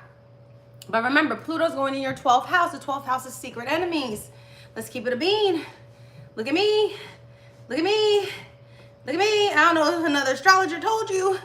I don't know if somebody else let you know, Pisces. But you need to be careful. It's a 20-year transit. Okay? The niggas you are saving can end up drowning your ass in the end. So be careful. Don't do that. Don't do all that shit. Okay? Show up when you need to show up, and cut yourself off from that story, and have boundaries with yourself. Because Pisces in the 1st house makes you boundless. It makes you give up your time, your sleep, your energy. It makes you give, because you're always on the stage. And thank God, you know, Scorpio is trining you naturally. Thank you, Jesus.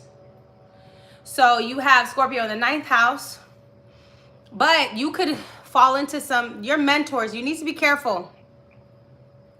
Okay? You need to be careful who your mentors are. You need to be careful who you're learning from.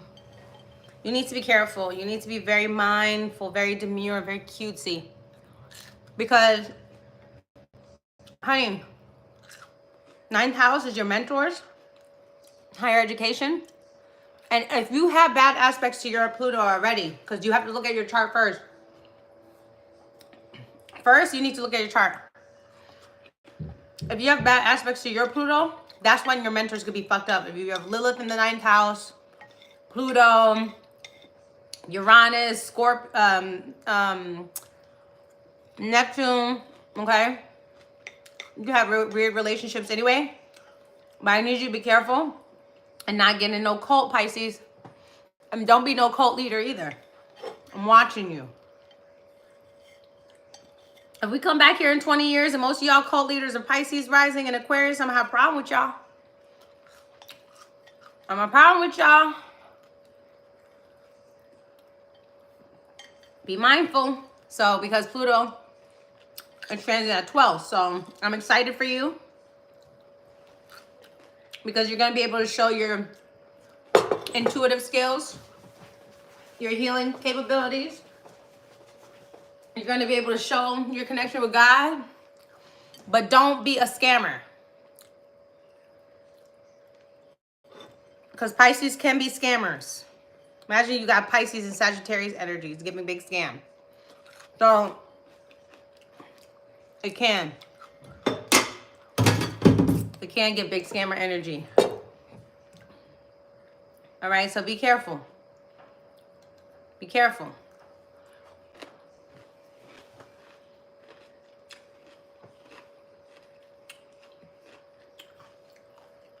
I'm watching you.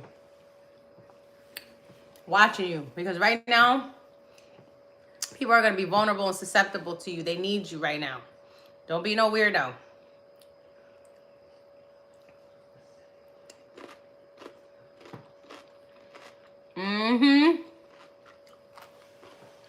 Okay. I better be community, not a cult. That's what I better be. I'm not playing with y'all. So, let people think for themselves. That's what this whole transit is about. So anyway, that's what, North Node and Aries. Let people be who they want to be. Okay, so that's what's going on with y'all. Now let's talk about who's going to have the most challenging time. My Geminis and my Aquarius. Y'all next.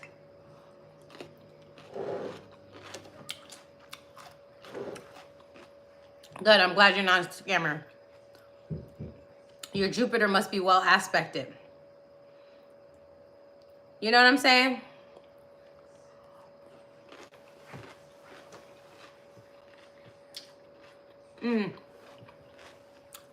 Okay, so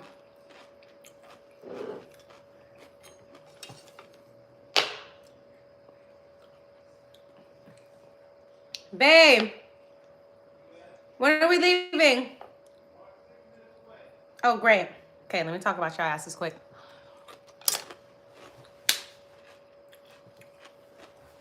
Sagittarius and Gemini.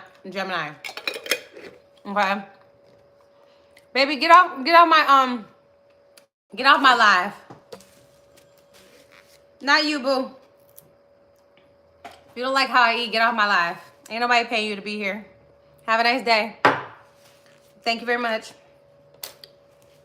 Okay? Thank you very much. Go on about your day. Enjoy yourself. Stop watching me. It don't matter. We don't mesh. Let me be myself. Shit. Okay? That's what this whole transit was just about. Let people be themselves. It's not up to you and your standards. I'm giving you good information. Free information. Free. While other people are out here trying to scam you. Okay? Get this reading, get this reading, get this reading, get this reading. Nigga, they're all together. They all work together. So how you gonna give me separate readings? Don't do it. Don't do it. Okay? So then,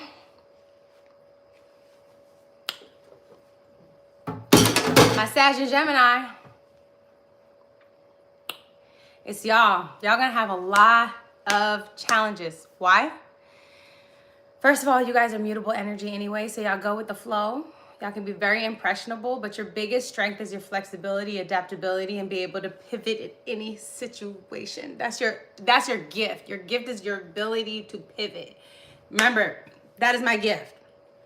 My ability to pivot, my ability to think outside the box, my ability to look at the bigger perspectives of things, my ability to have options. I have options, I have options, I have options.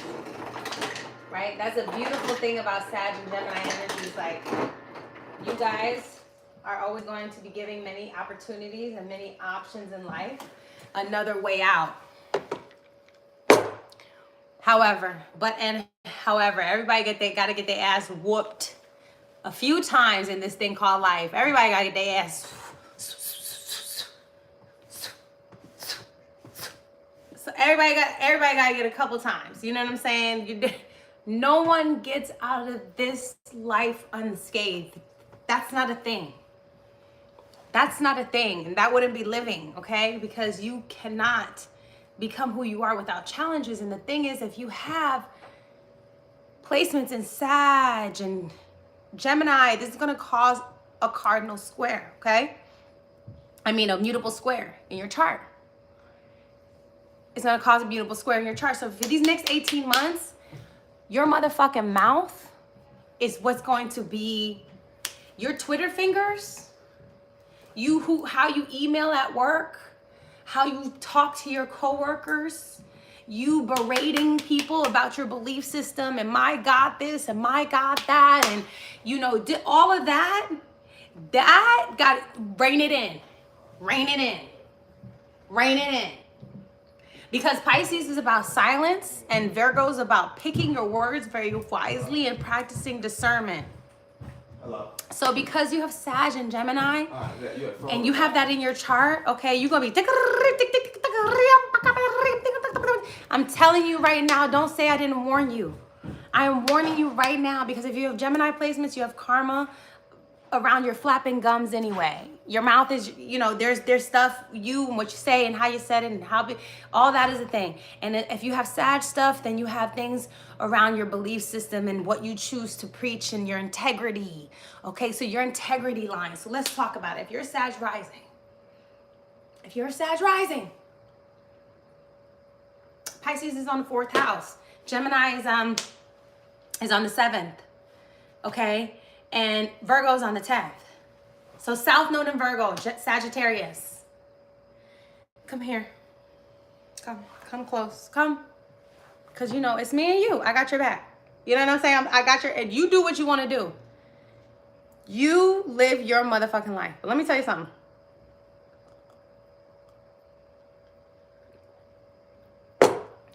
If you give a shit about this, and you might not, if you care about your public standing, your reputation, your career, if you care about your check, your income, you're going to want to be careful. You're going to want to be careful because you have South Node transiting the 10th house anyway. So this is a time where a career change is happening either way, and you felt it coming. There has to be a shift in your career. You have to, even if you're moving from one department to another department, that shift has to occur, and you're feeling it now. You know what I'm saying? You feel it. You're like, okay, I have to change something in my career, how I approach things. South Node transit your 10th house is going to have fallouts, right?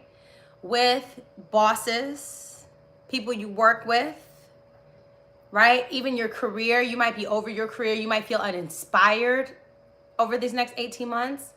You might feel like you don't want to work as hard. You're not as ambitious, or you're not as motivated anymore to go after some of your goals. And maybe this is the time to rest. Maybe this is that time. Maybe now is the time to chill. Maybe now is the time where you're more in a consultant position, where you're helping other businesses, right? And that's a way that you can utilize that energy. You can utilize your expertise that you've gathered. Remember where you were 9 years ago. Think about it like that, and then you give that out. But right now with the South Node in the 10th house, you might be feeling exhausted. You will feel exhausted in your workplace situation. You might be feeling exhausted. There could be a change in your status and your reputation with this, and it could be because of yourself as well. Oh, I know what I want. Something in my eye. And so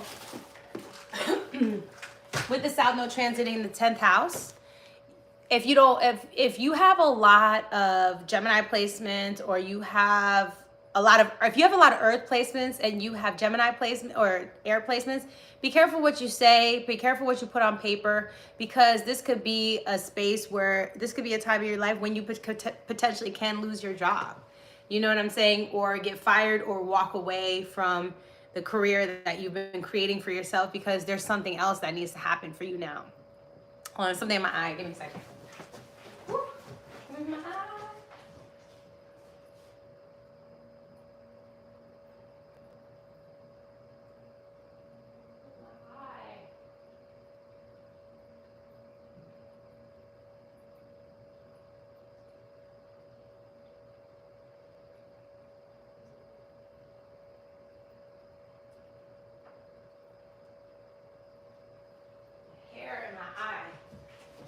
Hold on a second.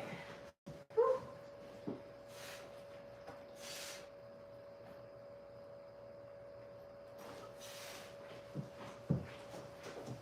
Eyelash.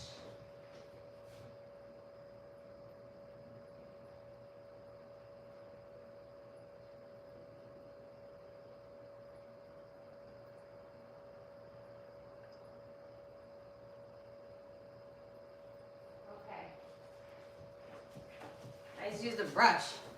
Cause I'm like, something in my eye. So, I think I have mascara down here too, but now it's gone. Whatever spread it. So anyway. Sagittarius. Thing that's going to shift as well is your your fourth house. So North Node in the fourth house means I'm spending more time at home. That's really what it means. Like, I'm going to be spending more time putting into my house and my home, or caring about my family situation or my family dynamics as well with that. Okay. Very important. And I feel like there's some type of ending that you have to have with the family.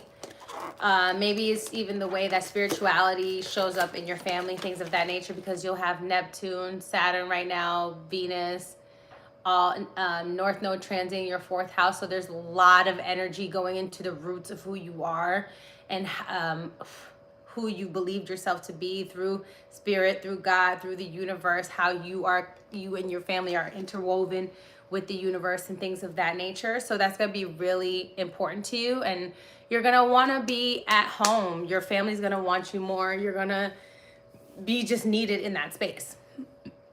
So South Node in the 10th house also is going to have you reflecting on how work and health work together for you. That's going to be really important. And then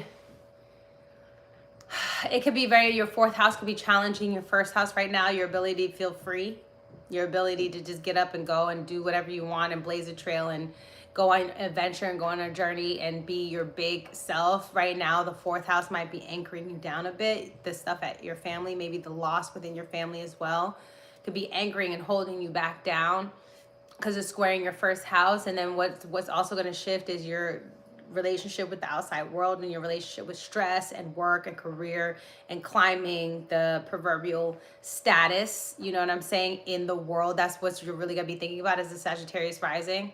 And then your 7th house of relationships, like, have you been in a relationship? Have you been neglecting your relationship? Or if you're in a marriage, have you been neglecting your marriage? Have you been neglecting your one-on-one partnerships?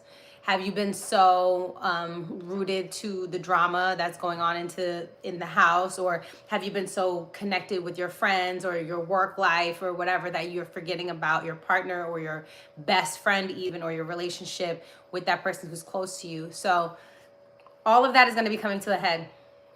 There could be, especially during Gemini season, there could be a miscommunication.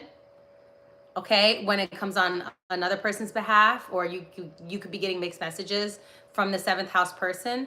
It can happen during Pisces season when all the energy is sitting in the 4th house that has to do with your roots and your family. It can do during Sagittarius season. So this year you're going to be challenged 4 times. You're going to be challenged during Sag season, Pisces season, Virgo season, and Gemini season. And when you see any of those, know those seasons, you're going to be more frantic. You're going to be more unstable. You're going to be more erratic. You're going to be a little bit more irritable around those times and quick to react. Because a lot of people talk about other signs, but they don't talk about how mutable signs are quick to react as well, right? They can be very short-sighted when it comes to understanding just like the consequences of their actions. And so when you're thinking about all these things, you could be very impressionable as well as a mutable sign. Very, very impressionable. You go with what other people are thinking, what other people are saying, and this could be an issue over these next 18 months. So I really want you to write things down, voice record, journal yourself, check in with yourself every week, and go over your episode. Go over what actually happened in your life to make sure that it's standing true to what actually went down, okay? South node in the 10th. I'm just telling you, your south node is where the shit is gonna go down. Expect the south node to be your drama house and the north node to be your peaceful house. And that's essentially how it's gonna, even if you don't like your north node house, and it's the most peace you can find in the situation that you're in. So if you have south node transiting your 10th house of being outside of your career and your status, do you understand how this could be very challenging, especially if you're tethered to your career? If you have Virgo, if you're Sagittarius with Virgo midheaven and you have planets in Virgo, please, your identity is your career. It is your recognition. It is your status. It is who you are. But Sagittarius rising is saying, zoom out. You, Sagittarius' first house, are bigger than your ego pride that's wrapped around your career. Or you know what I'm saying, or your need for validation, or your need for emotional reinsurance. The one has to do with your career. So this is why it could be a very trying time. If you're a Sag with a lot of mutable energy, I really, really, really want you to root and ground down the people who are going to help you in this situation. Most likely, for Sagittarius rising, most likely you can get mixed messages and reviews and emotions from Gemini. So I would not depend on them, because they're not very dependable most times for you anyway. But for you, it's going to be more, Libras are going to be probably good for you, because Libras will help you with 11th house things, as well as Aries placements could be good for you, because Aries are going to help you reaffirm your own identity and who you are. So that's why this is important, okay? If those nodes are intercepted, just think of it like a speakeasy. That's what it is. It's a door to another door that will lead you inside. That energy is still going to get felt. So have an interception with Aries, with Pisces intercepted, with North Node. Just understand all of this shit will come through Aries type of things. It will come through Aries type of activities, people, places, things. But when you go inside, you're going to see the Virgo in it. So think of it as a speakeasy. So for Gemini rising, you're going to have South Node transiting your 4th house and North Node transiting your 10th house. That's exciting for your career if that's where you want to be. If you are a person who is a homebody, you're going to feel like I need to be outside more. You're going to feel as if like, what am I going to do in the future?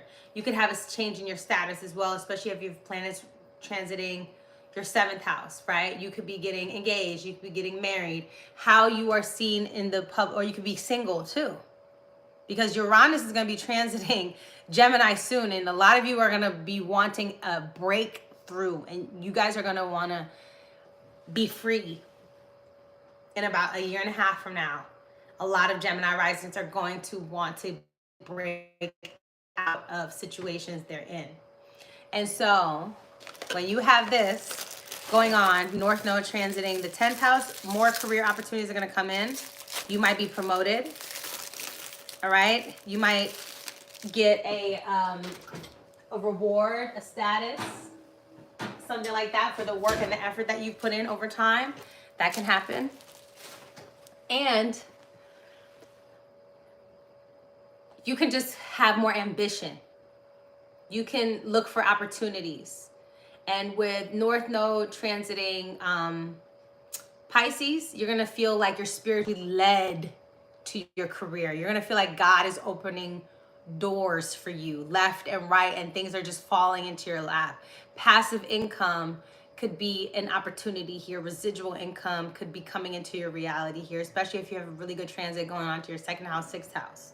Second house of money and income and finances, right? And for you, it's the moon. So you're going to have plenty of opportunities during this Pisces and Virgo nodal shift to make tons of money, even if it's small in increments, residual payments. I mean, you think it's $10 now, but you look up 5 years from now and you made $10,000. You know what I'm saying? From this one thing that you did one time. So this is an opportunity for you for that. You're going to see with the North Node transiting your 10th house that you're going to be inspiring the world. You're going to come out as a healer. You're going to come out as an artist, as a conduit, as, especially if you have Gemini rising, you might have a podcast or a speaking engagements that have to deal with spirituality, that have to deal with filmmaking, have to do with art, film, photography, cosplay, things of that nature. It's a great time to put Piscean things out into the world and let people know about your faith and your spiritual side, and let them know about how you manifest things and how you deal with forgiveness, how you deal with compassion. Even addiction issues could be coming out, right? A lot of Gemini risings could be going sober around this time with Saturn transiting in the 10th house, because there could have been a situation when you were at work or in the public where you felt embarrassed, right? With Saturn in the 10th can be embarrassing. Any heavy planet in the 10th house, 11th house, 9th house can be make you feel embarrassed, because it's a societal planet and a lot of people are going to see you in that element, and Saturn makes you get your ass whooped. And with Saturn there, you had to tighten up how you showed up even in the outside and how you come outside. There might be a little bit of a hobo chic energy to you. You might come off as if you don't really care, or, I go with the flow, but you're Gemini rising. You're very well researched. You're very well read, things of that nature. You're very well connected, even if you don't use your connections. But with Pisces in the 10th house, you're going to feel that divine intervention when it comes to your career at this time. And it's going to be a big switch for you. It's probably going to be very shocking. You have South Node in the 4th house, who your family thought you were, how the nitpicking that your family, the judging that your family does, that neurotic side of your family or your family dynamics, that's going to dissipate. It's going to go a little bit away. You're going to just feel like, I'm done with this. I'm grateful that my family valued education. That's a lot of the times valued health, valued hard work. That's all Virgo 4th house. I'm so happy for that. But the person that I want to be in the world and the way I want to present myself, the fruits of my labor have to come through letting God do his work, her work, their work. You know what I'm saying? And I'm doing my work. All I can do is trust that I've created a sound foundation, and the fruits of my labor is all because of God. And so this is a lot of what Gemini risings are going to be going through in this transit. They're going to be very spiritual, praying a lot, putting that out in the forefront. And they're going to be very much leaders of the generation, right? They're going to be very much kind of even coming up with new opportunities or new branches in your workplace that have to do with that spiritual health. You know what I'm saying? And how mental health from family cultures impact spiritual health, and how it impacts our culture, even our buying culture, things of that nature. So you Gemini risings, y'all gonna be on it. You guys are gonna be giving us a lot of good information. Make sure that you guys are not being weird and scammy with it, right? And blowing things out of proportion, especially if you have Mercury and Sagittarius, where you just like to make things sound good, but they're not necessarily true. So this is all about creating inspiration and leading people to their own happy place, okay? Meditation guides, filmmaking, photography, music. I didn't even mention, but the music industry, those are things that are gonna be of interest. Okay, so, oh yeah, you said, funny how my family keeps pressing me to go back to school, but I'm not interested. I'm reconnecting with my ancestral gifts, and that's gonna be what it's gonna be. And with Gemini rising, you're gonna feel like you're split a lot, that you have two different personalities, or that you have to pretend to be two different sides of yourself, and you're gonna have to learn how to integrate that, because when you have Sagittarius on the 7th, you draw in people who expect a lot out of you, because Sagittarius is perpetually dissatisfied, and wherever Sagittarius is, we are perpetually dissatisfied in that energy. So remember, because it's ruled by Jupiter, so it's endless. It's another boundless type of energy and planet, and can cause burnout, fatigue. So your relationships, you know, you have been kind of raised to overperform, overdo, and things like that. But that's why I was saying it's gonna be challenging, because your career, you're gonna let go and let flow, and money's gonna be falling into your lap, and then your people are gonna be looking at you like what? Your family's gonna be looking at you like what? Your friends, people that you have one-on-one relationships are gonna be looking at you like what the heck is going on? And you're just gonna be sitting there like, huh? Told you. And then Jupiter's gonna be going into Jupiter's in Gemini right now anyway, and Jupiter's gonna be going into Cancer. So when that goes into Cancer, you'll definitely be trusting your intuition. You'll be like, no, I trust God. I trust my mind. I trust my dreams. I trust my intuition. I trust my meditations. I trust my spiritual gifts. I trust that part. I trust the unknown. Pisces is all about the unknown. And when Jupiter goes into Cancer, baby, you're going to be getting blessings from June, I think like June 9th, for a year, just like left and right, left and right, left and right, left and right, left and right, if you allow it to happen, if you don't freak out beforehand, if you don't let your family talk you back or bully you back, because Virgo can be bullying energy too. If you don't let your family bully you back into what they think is the right answer, like what they think life is supposed to be like. Because Virgo is a very grooming energy, right? Your family could have groomed you to be a certain way, to show up in life a certain way. And it's just not natural to who you are. So now, North Node. So those are the ones that are going to be getting it. So the people that's on the chopping block is Virgo rising, Pisces rising, Sagittarius rising, Gemini rising. You're all the mutable signs. The nodes are going into mutable signs, so you guys are going to be the main stars. The people who are going to be benefiting the most from these transits are going to be Cancers and Scorpios, as well as Cancers and Scorpios, number one, are going to be benefiting the most. And the people who have the most benefit of letting things go, allowing things to be rearranged and moved around, are going to be Cancer placements and Virgo and Taurus placements. Why? Because South Node in Virgo is going to be trining these placements, meaning there's going to be an ease for release, meaning that, okay, I'm cool to let this go this time. Like I'm good with it. Whereas in the North Node transiting Pisces is going to bring in way more opportunities for Cancer and Scorpio placements. It's going to bring them in, and you guys can't miss them, because you will miss them. A trine is an ease of energy. Like you could be in the you could probably be, you're probably at your you could probably be at your grandma's house and you don't think it's a big deal, but then your favorite musician is sitting there and you don't even know that your grandma's plugged up like that. Because remember, Pisces deals with the mystical. It deals with the magical. It deals with, this is movie time. This next 18 months, let God do the work. This is, you're gonna have to do the work, but you're gonna have to let God really just show up and show out. And I know this is really difficult to say with so much going on, but you're gonna have to let God, universe, show up and show out. So if you have Cancer rising, you're gonna be having North Node transit in your 9th house, South Node transit in your 3rd. Cancer gang, turn up, it's our time. Thank you, God, especially with Pluto leaving our fucking 7th house with these toxic ass relationships that we've been pulling in, people just trying to control us and do all kind of weird shit to us. Pluto has left that, has gone into the 8th house. It loves being in the 8th house anyway. We're still going to be dealing with other shit. Now, there'll be a video on that later. We'll be dealing with other shit. But with North Node in the 9th house, you'll be getting the opportunities to go and travel. You'll be getting a mentor or more mentors. You'll be having the opportunity to be a mentor. You'll be having the opportunity to really dive into your spiritual gifts, and to create and to broaden your ability to heal and inspire different masses, different cultures. You're also going to be very inspired by cultural things that have to do with spiritual things, so spiritually cultural things. So you can be diving into religion from other people's background and researching that. It's going to be a lot of talking, writing, releasing ideas and thoughts, wanting to communicate more, because South Node is going to be in the 3rd house.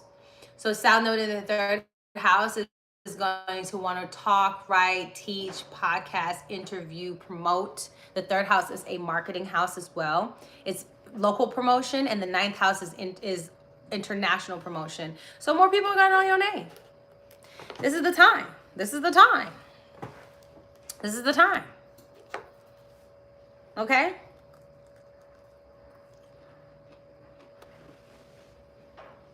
This is the time. Because you're going to inspire people. And you're going to be sought after for your wisdom.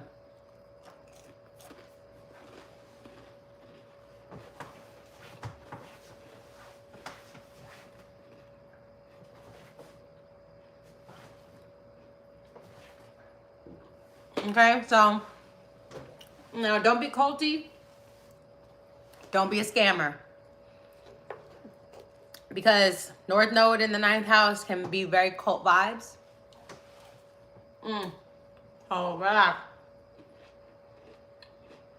And people will follow you. Okay? People will follow what you say. Be mindful.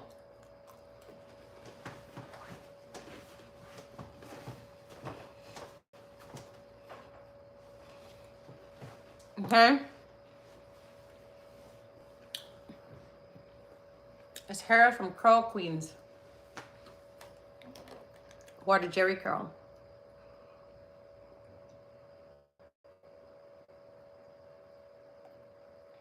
So, be mindful because North Node in the ninth house, remember, Pisces has no boundaries.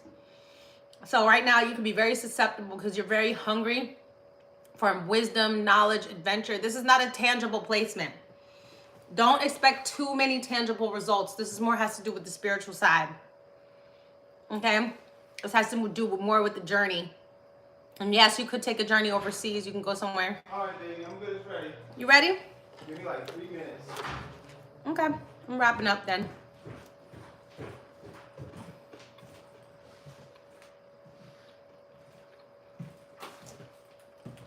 So, this is a great time to publish something that you wanted to publish, to put something out in the world that will be inspirational, motivational, that will bring healing, compassion. It's a great time to create passive income out of your literary works, because the third house is literary works as well. And there'll be changes to your daily routine. You won't be such a control freak right now. You'll kind of let things go. You'll just allow the information to kind of hit you, you know, but be mindful who you believe and what you don't believe. Pisces, remember, it could be nebulous until it's cleared up. So you do have your discernment. Your discernment will come through your ability to research, which is the third house. So that will be very, very important.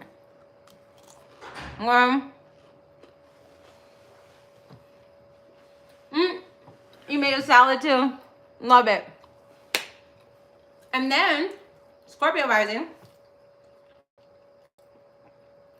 You're going to be having Pisces on your 5th. How cute. Romance, hobbies, creativity, fun, love, life, dancing, music, parties, creating stuff that just makes you happy. You have North Node transit the 5th house. Scorpio is rising. I'm so happy for you. You guys need this shit more than anybody else. This means if you're single, get ready to mingle. Get ready to mingle. Now, the 5th house is dating and lightheartedness. You don't have boundaries when it comes to dating, but you're gonna learn this time, okay? Because you have Saturn anyway transiting the 5th house, so you've had to tighten up the type of people you date anyway, and the way you show up, your romance and all that stuff too. You've had to change and tighten that up, but I want you to understand Scorpio rising, because Scorpio rising, I love you so much, but you have unrealistic standards when it comes to dating, okay? You're one of those people that go out there and be like, $500, I just met you yesterday. You know, like, that's not realistic, especially this day and age, child. But with Saturn there, you've had to be more realistic, and you've probably been on dates with older people, more mature people, okay? A little bit different for you. I like that. I like it for you. Maybe you met them on social media through a friend, through an acquaintance, third house things. But with the North Node transit in the 5th house, I see you diving into your hobbies. I see you really just becoming more fun, lighthearted, playful, changing the way you even dress, the way you change your hair, things like that. I just really love this for you. I love how cute you're gonna be. You're gonna be so fucking cute because you're gonna let that feminine side, I don't care if you're a man or a woman, you're gonna just allow the feminine side, the receptive side, to be more open. Yes, South Node in the 11th house, you'll have fallout with friends. You know, you're a little bit nitpicky when it comes to your friends anyway, but I think because now you just wanna have fun, because you're used to being on edge, right? You're a crisis control type of person. You're used to be on edge. South Node in the 11th house, you're not gonna feel as obligated to those friend groups and those friend dynamics anymore. You're gonna kind of release yourself from that. And you might end up spending more time solo dating and taking yourself out and creating the fantasy that you want for yourself, right? And really seeing what that can be for you. The 5th house is all fun things. If you're in a relationship, just expect a lot more dates. Expect just a lot more going out to parties, music, plays, art shows, you know, swimming for fun, nighttime activities too, nightclubs. Just expect more 5th house things. I love the 5th house. I'm a 5th house stellium though. So I'm biased. We got fun a lot. We're very blessed. The 5th house is just such a lovely energy, and you can fall in love with this energy, but you might not want to marry that person. You know, look at what Venus is doing. First, in your chart, what is Venus doing in your chart? Are you promised marriage? You have to look into that first. Is marriage going to be successful to you? If you have like 7th house retrograde, Jupiter retrograde, you know, that's going to happen after some maturity. Maybe your 2nd or 3rd marriage will be the better marriage for you, because that's going to happen after some generational time has passed, right? So you have to look at your chart to fall in love. Yes. Yes. Be limitless. Fall in love. All right? That's the 5th house. It's falling in love. Creating something. Okay? You might get pregnant. If you want a baby, this might be that time. You might be pregnant already.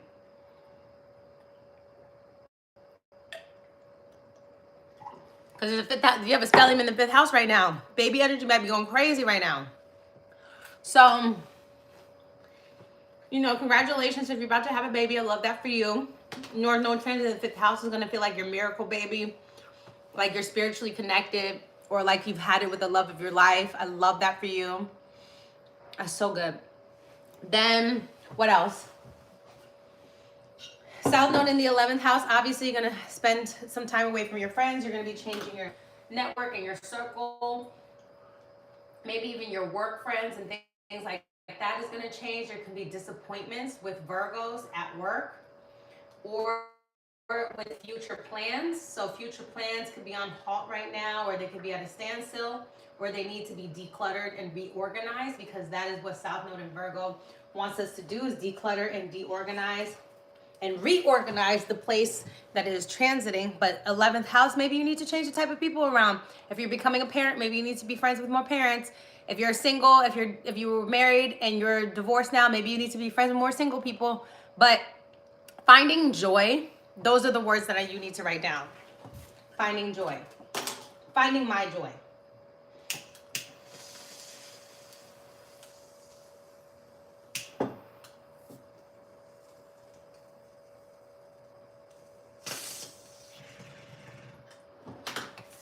I also didn't say this,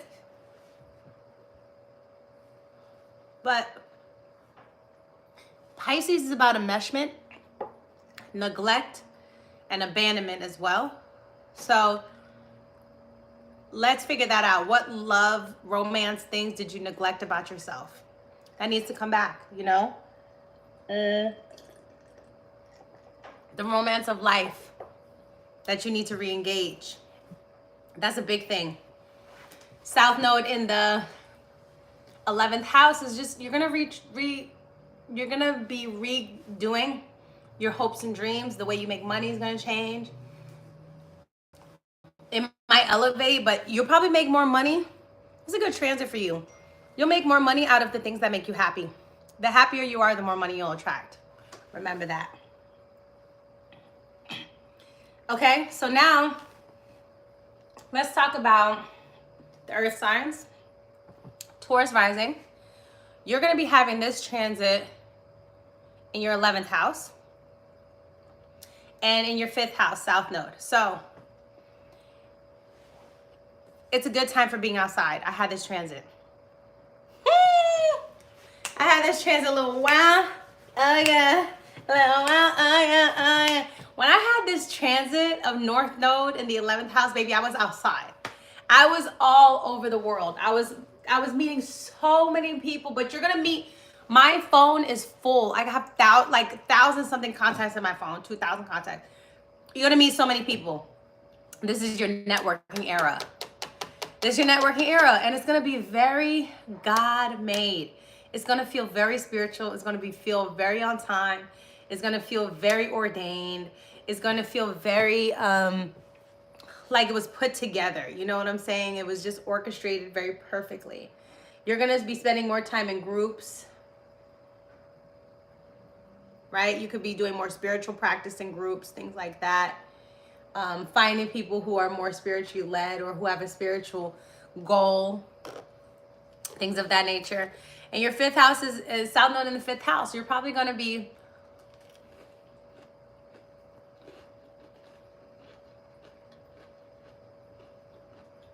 a good transit too. I'll get to your Cap rising in a minute. Hold on. North node in the, you're gonna have fallouts. Okay, so the negative thing is, if you're dating, your lovers are gonna feel neglected. That's the thing. Your lover's gonna feel neglected. You might lack some confidence because you're around so many new people, you know? New environments, so many people. Especially Pisces, you could feel like you can get lost in a sea of people, that kind of vibe. So you could feel lonely because Pisces is also can feel very lonely in a crowd, especially with displacement. However, if you let the music move you in the crowd, I went to a K-Tornado concert a few months ago, and me and my friend, we met these 2 other younger ladies. They were just so sweet and so nice. And the crowd was so packed, you know what I'm saying? It was like, oh, so many people. But they were just so nice, and we started a group chat, and we're like in touch. So that's what I mean about allowing the spirit to just letting it find you. So south node in the 5th house, fallouts with lovers, fallouts with children. If you do have children, there could be that. Maybe your child will say, Mom, Dad, you're too critical on me, you're too hard on me, you're too nitpicky. You can feel like they're flaking, they're not coming through at that time, because at that time they're not supposed to. They're supposed to be worried about whatever they got going on in their chart. And you're in North Node in the 11th house. You're supposed to make new friends, new connections, find a new humanitarian cause, be social, and be outside. That's what you're supposed to be doing during this time.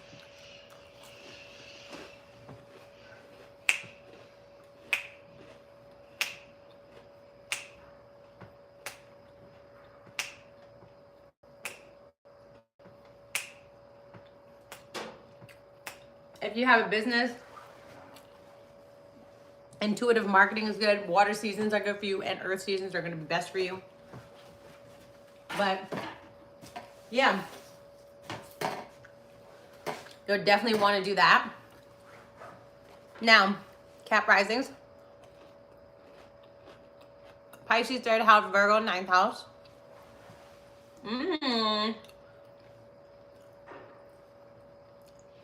Ninth house, south node, fallout with mentors, teachers, change in higher learning education.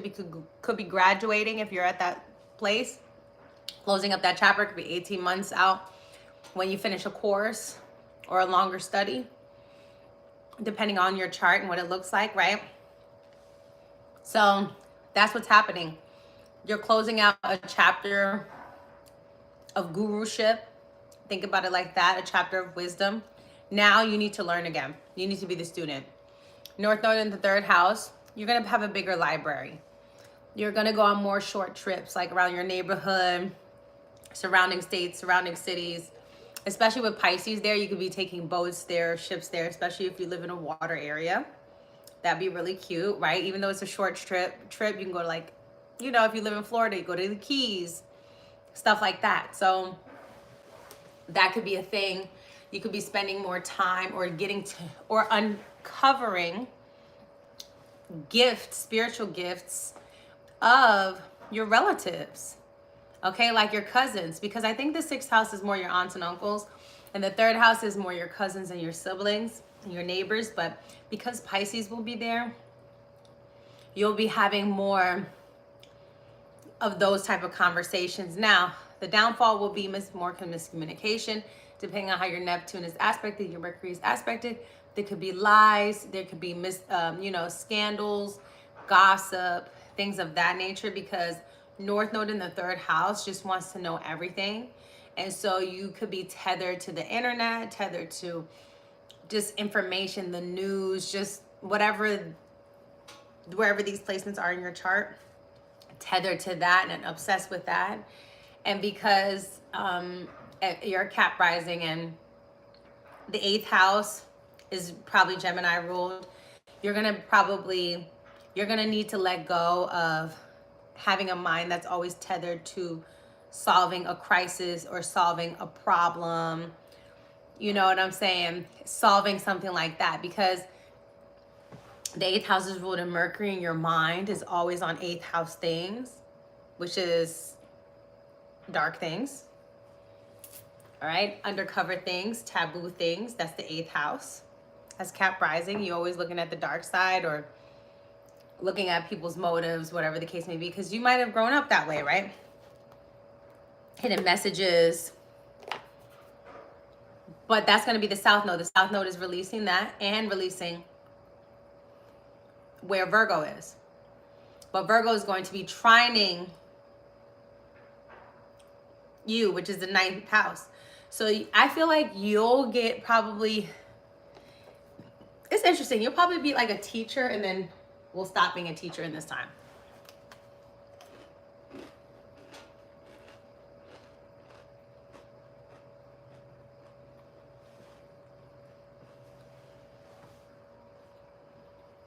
Because 9th house, South Node, your beliefs will change. It's not the best time to travel overseas. It won't go as expected.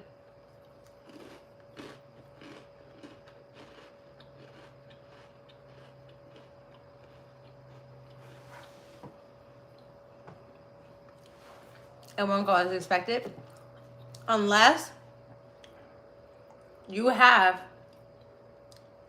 things that are going to trine you or sextile you, which creates unexpected blessings. Like, you know, when you're on a flight, let me tell y'all this story real quick. I was on a flight home from Thailand. I bought it before, and I bought first class, right?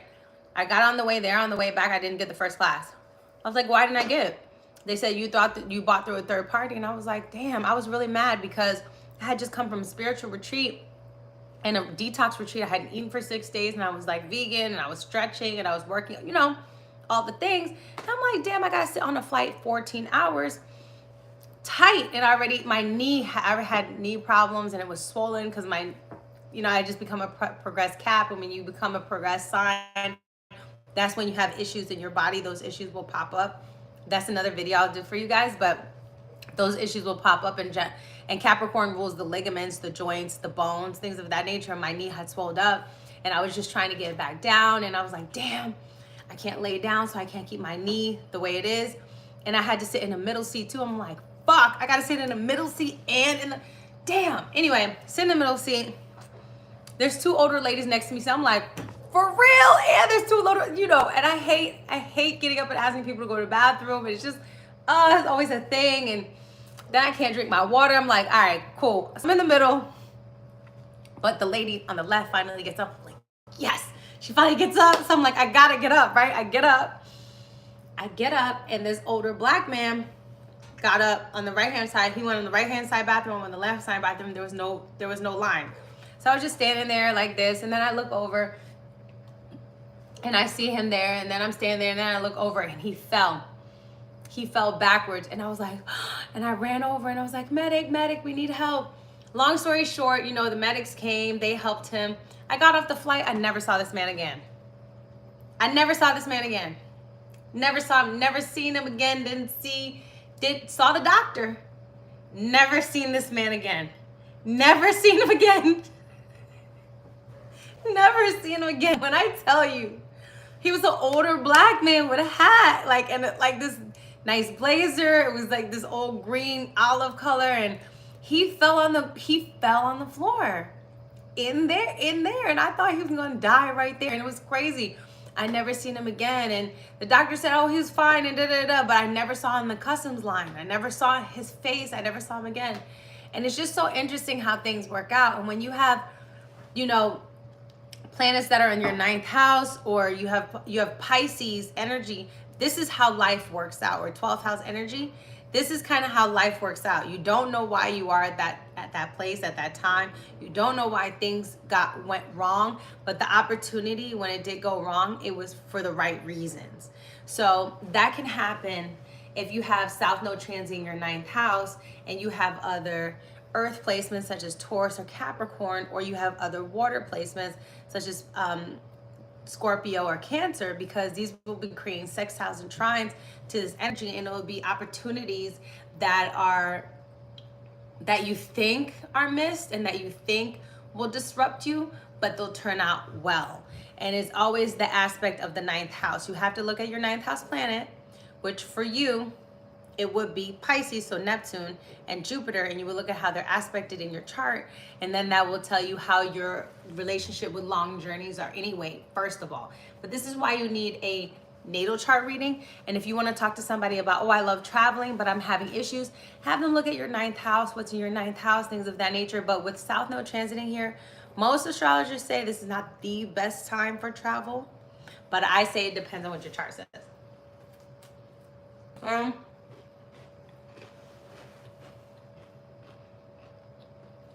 It's not going to go how you want it to go. So, Northern, the 3rd house, is not boring as hell. It's not boring as hell. It can make you busy as hell, because the 3rd house deals with your everyday activities. So don't worry, don't forget about that. The 3rd house deals with advice, marketing, journaling, writing, teaching, speaking. It deals with neighborhood, local activities. And Pisces could be that you could be putting a local healing thing on for your local meditation for your neighborhood. Okay? Local meditation for your neighborhood. That could be very important. Local dance studio or local dance competition or whatever. That can also be a part of what's going on with North Node and 3rd house. You're more active in your neighborhood. You're trying to figure out how to integrate and spiritualize your neighborhood, and how to create oneness in the people around you and in your daily activities. And so the 3rd house also has to do with podcasting and stuff like that. Yeah, you could be marketing your voice. You could be marketing your meditations, your music, your spiritual writings, right? So there's a lot of cool things with the 3rd house.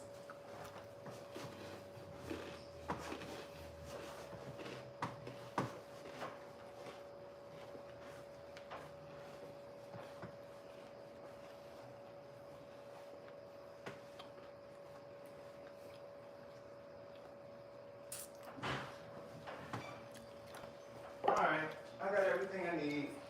What about your food? The only thing I don't have is my Nova arm, and I think I lost it. But it's all good. Okay. It is what it is. But I tested everything out, plugged everything in. Everything works. Found my Nova arm. So now I'm not missing anything. People be like, oh, it's all you gotta do is shoot it for an hour. But it's like, it took me like 3 hours to make sure everything worked in the first place. This is true. Then I had to get there. A lot of prep. Then I had to put my stuff in the car. Then I had to get there. Then I had to like take my stuff back in the car. Mm-hmm. I put my stuff back in the house. So no, it didn't just take an hour to do shit, bitch. No. I'm gonna finish my live. Oh, I didn't even... So then... Hold on. You apologize. Yeah, I apologize. I'm sorry, y'all. I did not mean to rant or whatever. Subscribe to her YouTube channel. Like, subscribe, and comment below. Have a good day, guys. Bye. So... Nah, fuck that.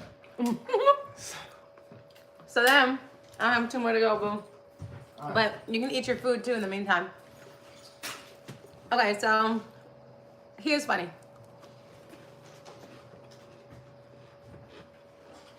I told him he should do stand-up comedy and he don't listen.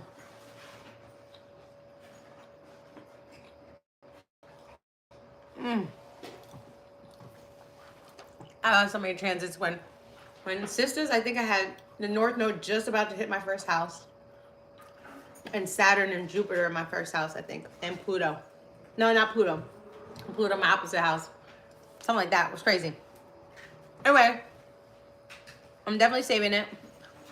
Let me wrap this up for you. What are the other signs we have left? Take your time, bro. I just said Sag. I'm not in a rush, bro. Okay, baby, thank you. We're super chilling. We're super chill? There's no rush. Thank you, babe. Sag, Gemini, Pisces, Virgo. We did those 4. We did Cancer. We did Scorpio. We did Capricorn and Taurus. We did 8. We got 4 more to go. I think Leo, Aquarius. Yeah. Okay, Leo. Let's go for Leo. Then we have Aquarius. Then we have 2 more. You guys will let me know. Aries and Libra. Thank you. Okay. Bam. So, Leo has South Node transiting in 12th house. You have to first look at how Virgo is placed in your own personal chart for you to know how this is going to act in your life. And then you have North Node in the 6th house. So that means, let's talk more action. Let's talk more action. Let's talk more actions. Because, Leos, Pluto's about to go in your 7th house. So it's about to be a lot of change in your dynamics with relationships, and with the North Node in your 6th house and Pluto just leaving your 6th house, it's time. I mean, not Pluto leaving your 6th house, excuse me. Well, Pluto leaving, am I right? Yeah, 6th house, excuse me. And going into your 7th. And your North Node going into your 8th house. That's what I want to say. With that, and with Leo risings, you have North Node in your 8th house, and you have South Node in your 2nd house. Okay? Let's talk more action about your healing. Okay? This is the time. This is the time, Leo risings, and I know you don't want to hear this. You don't want to hear me. You don't want to hear it from me. But I'm telling you, right now is the time. It's time to get serious about your healing. The things that you need. The things that you need. Because with North Node transiting your 8th house, and you have Saturn transiting there recently. Okay, I had that transit. It's time to address these things about yourself that you haven't been wanting to address, okay? Pisces in the 8th house could be all kinds of things. I could do a whole video on that. But let's just say they don't have any boundaries around 8th house things, right? Other people's money, control, power dynamics, stuff like that. So with this, it's time to really see. So Leo of me to do this right now. it's time to see where you need to practice more forgiveness and compassion for the changes that you've made because of the things that you've been hurt by, because of the letdowns, because of the betrayals and the lies and the disappointments in relationships, right? The North Node here is not a comfortable house for you. It is also an inconjunct house, just like the sixth house. It makes you very vulnerable. The eighth house is vulnerable in Pisces, makes you vulnerable. So here's the negative thing. Don't just get a reading from anybody. Don't just get a healing from anybody, because right now you are very emotionally vulnerable. You will be emotionally vulnerable, and people, especially with Pisces placements, if they don't handle them correctly, if they don't wield their ability to heal or to mesh, right, to soothe the pain, then they can go over boundaries, or they can make you dependent, because there's an energy with all water energy that can make you dependent on that energy. So with the North Node in the eighth house, you're going to come up against death, taxes, fraud, betrayal, lies, hidden motivations, control tactics, mind control. And Pisces, people will try to do it to you in a very sneaky way. You know, this is a very gaslighty type of placement with this. All right. So with this North Node in the eighth house type thing, the good thing that it's for is for creating passive income, for creating opportunities where you're able to create investments that will get you residuals or passive income. This is the best with this placement, if you use it correctly, especially if you have water or earth, especially if you have earth energies. If you have earth energies, baby, you better start flipping these coins. The thing is, though, with this placement, you're vulnerable to eighth house things, to being controlled by things that are unseen. So I would highly suggest to be sober during this time.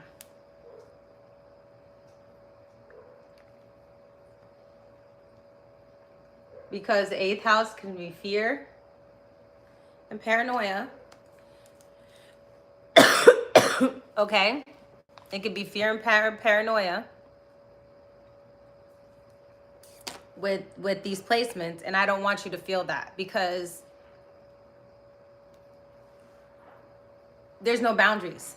And remember, Leo, you like to party, and you like to have a good time, and you like to feel good and enjoy life and all these other things, but how are you doing that, right? South Node in Virgo in the second house of the throat is, what are you putting down your throat every day to manage, Virgo, your relationship, eighth house, with eighth house topics? Okay? You're like, hi. I'm telling you. And so with this is the best time with the eighth house is to get a shaman, is to get a healer, to get a psychologist who does really well with the topics of forgiveness, compassion, integration,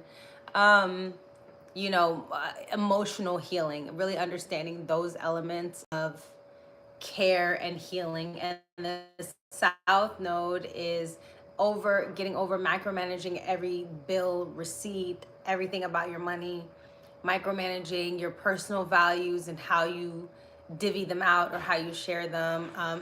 Even your family values. In Vedic astrology, the second house is family values. So I can definitely see that, because the second house and the fourth house definitely correlate. They sextile each other and they inform one another. So the first houses that sextile one another. So that's a good thing about this placement with the second house. But with Virgo in the second house, definitely there will be shifts to how you spend money, how you earn money, the types of bills that you pay. I feel with this placement, it's really good to go over your subscriptions, to go over your health bills. There could be a health bill situation coming up. Excuse me. Be mindful of that. But it might be just an old bill that you haven't paid yet. So with the South Node in the second house, it's more about automating things. So put your things on auto cycle, on auto bill, auto buy. that'll really help clear your mind and help clear your need to budget over budget every single month. Because with the eighth house, like I said, those opportunities, those miracles are going to happen in the eighth house. And it's so crazy because a crisis might happen and all of a sudden a miracle happens at the same time. So you have the ability to change your crisis into miracles with this placement. And I love that with you, for you. And I love the fact that you guys are at a place now in your life where you release the need to control your everyday outcome.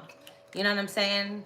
Every word, every thought, now your relationships are about to change. And so that's a whole nother dynamic. So now Aquarius. Okay, 3 more signs and then we're out of here. Aquarius rising is going to be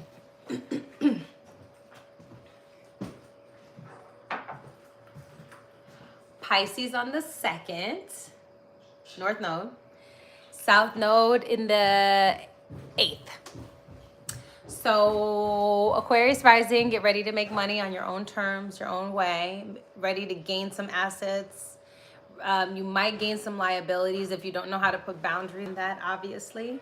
But it is a good time for Aquarius because you guys are innovative anyway, for you guys to you know, seek out investments that are a little bit more foreign to you, that are a little bit more out there, that might have to do more with integration, with world commodities, things of that nature. North Node in the 2nd house definitely 1000% gives you the opportunity to create passive income, but for yourself. So wherever your North Node is, wherever your Mercury is, which you'll be releasing. So if your Mercury is in the 5th house, maybe you'll release a game and then all of us, you know, some type of computer game. And now you have residual income that you've created for yourself, because Pisces in the 2nd house definitely denotates somebody who can use their creative or spiritual gifts as a way to create income for themselves, and thus creating passive income. These people could be the type of people who create money and wealth from 5-time payouts in their life instead of laboring or working daily because of that, you know, Pisces energy. However, it can also come with great loss and Pisces with scandals and scams. So be careful not to invest in just anything. With South Node in the 8th house, use your discernment around people who have sketchy stories, who have weird backgrounds. Use the tools around you, such as cybersecurity, background searches, right? Those are the tools that you have with Virgo in the 8th house, South Node there. You'll have the ability to really see things and research things, and that's the good thing about this placement.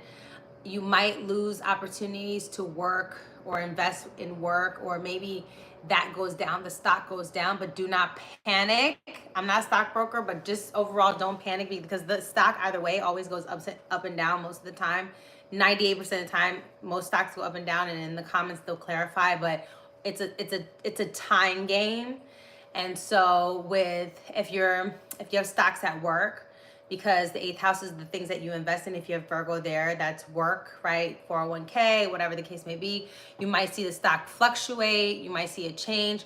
Make sure you get the right investor, the right banker. North Node in the 2nd house is getting the correct banker for yourself, a person who can advise you on it, because you might be confused or enmeshed or emotionally consumed about the funds and the money that you have, because it can come in and out of your hands, right? However, if you have, you know, good placements, this is a good time for you to make some money. If you have placements that square it, you know, this could be a time where you can come into money, but you can lose the money just as quickly. So this is a great time to kind of hide money from yourself. With North Node Pisces in the 2nd house, Pisces is hidden things. It rules mysterious things.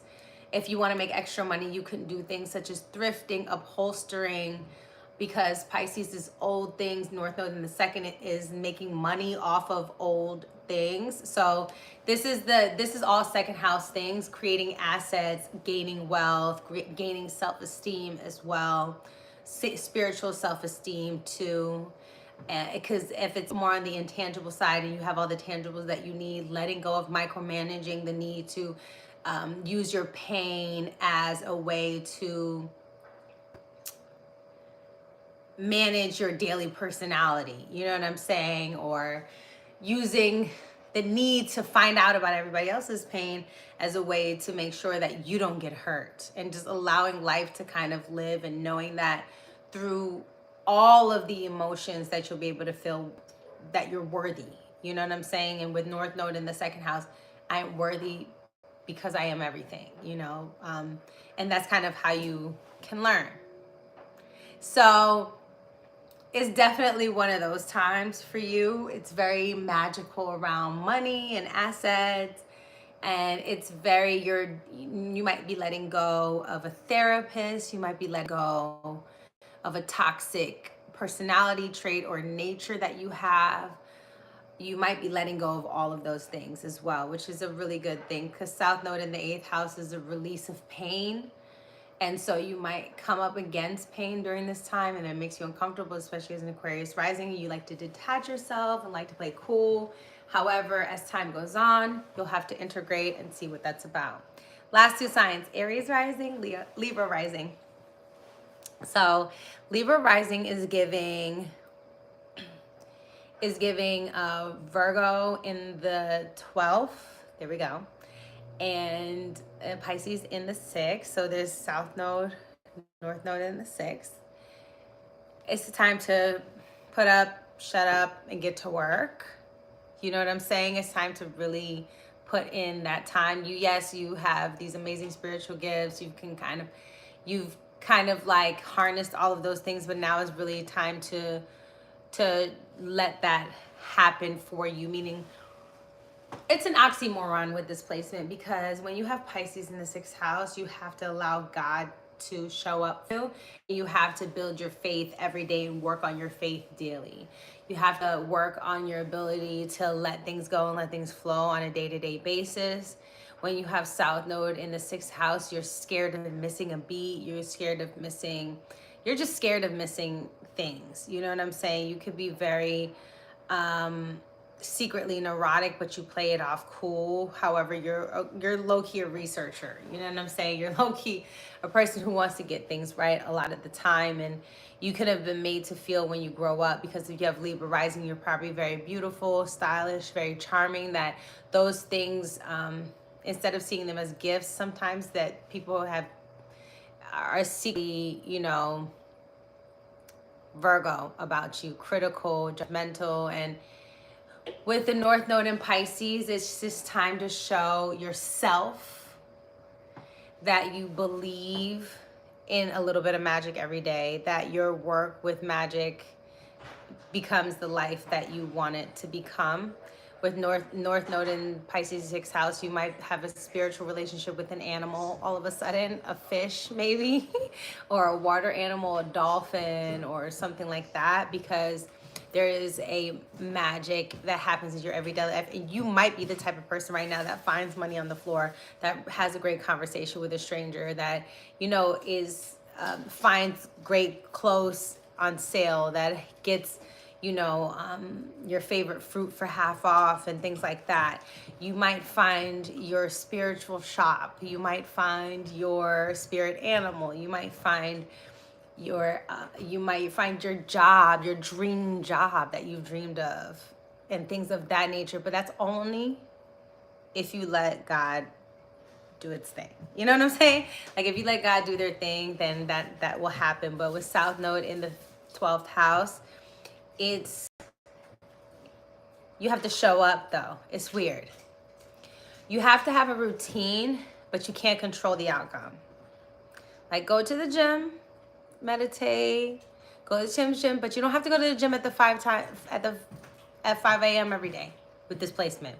Go to the gym when you feel like it with this placement. You don't have to do the same workout every day with this placement. That's not what's going to get you what you want. You can go dancing, you can go fishing, you can go walking, hiking, you can do different things, right? But you have to show up especially if you show up around Piscean environments, places like lakes and ponds and seas and rivers, aquariums. You might really have a luck around fish. If you show up around fish, if you're not allergic, of course, you could really end up living the dream every day. And this is the time when you allow yourself to do that. And this is the time also when you might be feeling a little bit sleepier too. You might want to take a little bit more naps every day too, or naps are part of your routine, or meditation is part of your routine with North Node Pisces in the 6th house. You know, and this shouldn't be a strenuous transit for you. But Libra, you like to make everything look good. However, if you just prep things like, hey, I'm going to get shave myself at this time of month, I get my hair done here, you won't get caught off guard. But with Pisces in the 6th house, there is a bit of nuance, a bit of confusion in your day-to-day. You might not have to work. You might not have to work as many hours, but you're still making as much money. And this might be the next 18 months where you're like, how is that possible? I didn't work five hours this week. I didn't work 5 days this week, but I'm still getting the same amount of money I made this year, you know, or I lost a job, because even with Pisces and Pisces there, you could lose jobs, get jobs, lose jobs, get jobs. But this is very passive, 1099, you know, working with people and helping and stuff like that. But if you're also very helpful during this time, this is also good for you. Less time hiding away, more time showing up. You know, that's the good thing about this transit, especially when you have the good transits going on for you. Like the Pisces transit right now, there's Venus in your 6th house, so you should be earning little money, right? There's no reason like little money shouldn't be falling, or you should be beautifying yourself every day, okay? Yes, writing a book during this time could also work, especially depending on where your Virgo is. Remember, Virgo and Gemini is disseminating energy, and South Node in Virgo is teaching and educating in some type of way, shape, or form, showing people the art of discernment in said house here. So if we're talking about whichever house, the 2nd house, the art of discernment in finances and budgeting, or the art of discernment of budgeting or whatever. 5th house, the art of going out, okay, stuff like that. So just depending on where your Mercury is, your Mercury will show you the type of way that you will showcase that, right? If it's in fire, it could be visual arts. If it could be in air, it will be probably writing or teaching someone. If it's in earth, it will definitely be showcasing this type of thing, which is through writing or something. If it's in water, it could be through music or through, again, film, art, photography.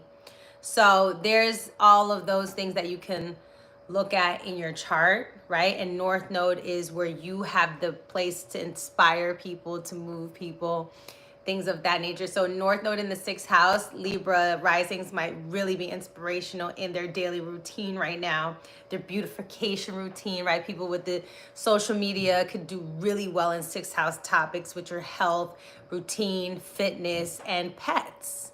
Right? These people could really flourish and go forward and really go out there, especially with Pluto trining Libra risings. I can see a lot of them becoming really well known, prominent, well researched, powerful for their position because of this. Okay.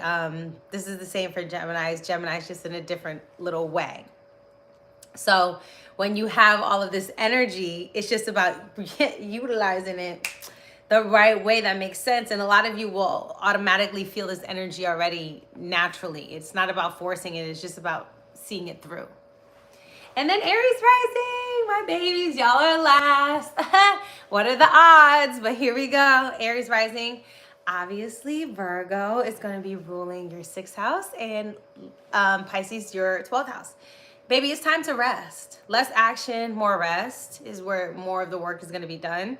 This is your resting season. These 18 months is, I know you don't want to hear it, but you will be taken care of somehow, some way. Because the North Node in the 12th house is rest anyway, and it's a bed. It's where we lay our head. And with the North Node there, I can definitely see you getting sleep, resting, feeling more tired, more dreamy, more fantasy driven, more private, spending more time alone. This is that time. And I think I said that at the beginning if I didn't say Aries first, but this is the time for Aries to just rest and reprieve, trust God, trust nature, trust that this will happen. You'll probably be needed in places of isolations, mosques, ashrams, churches, offices, hospitals, things of that nature, to be a healer behind the scenes, You'll definitely be needed in that way, using your sixth house ability of knowledge, using your ability of holistic healing to give it to 12th house, people, places, and things, right? Philanthropy, people who need help, things of that nature. So it's really, really important right now. But this is a time to rest and reprieve, or you were going to be rested and reprieved. South Node in the sixth house could, cause issues with everyday routines, with health, with debts, disease, things of that nature. Don't freak out. It has to be promised in your chart first. And I'm not a doctor, nutritionist, or anything of that nature, for entertainment purposes, of course, as we know. If you look into your chart, the less stressed you are, the better off you are during this transit. So changing your eating routines, your sleep routines, your workout routines. This might be a time to do more yoga, more swimming, more dancing, more ice skating, more hula hooping, more things that are smooth instead of things that are frantic and hard and vigorous, because your body's not going to be able to take it as good right now. This might not be the best time to stress yourself with an eating schedule. Even if you have a goal, intuitive eating, intuitive resting will do way better for you during this time as an Aries rising, because you are a control freak like many of the other signs are, right? Because you're Martian ruled, and with Mars and Capricorn right now, Cancer right now, retrograde, you know that you have to slow down emotionally to catch up physically.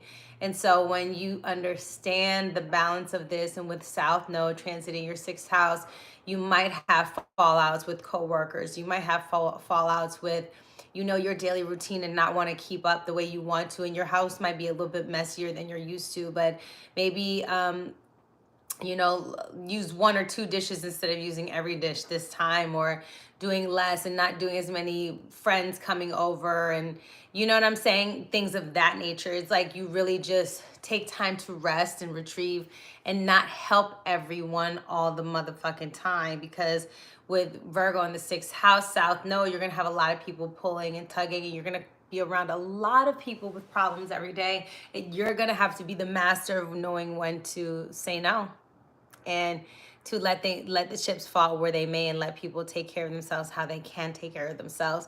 With North Node in the sixth house, you're really needed to connect on a spiritual level and with the divine, so whatever that means for you, whatever that looks like for your personal life, that is what is so important during this transit.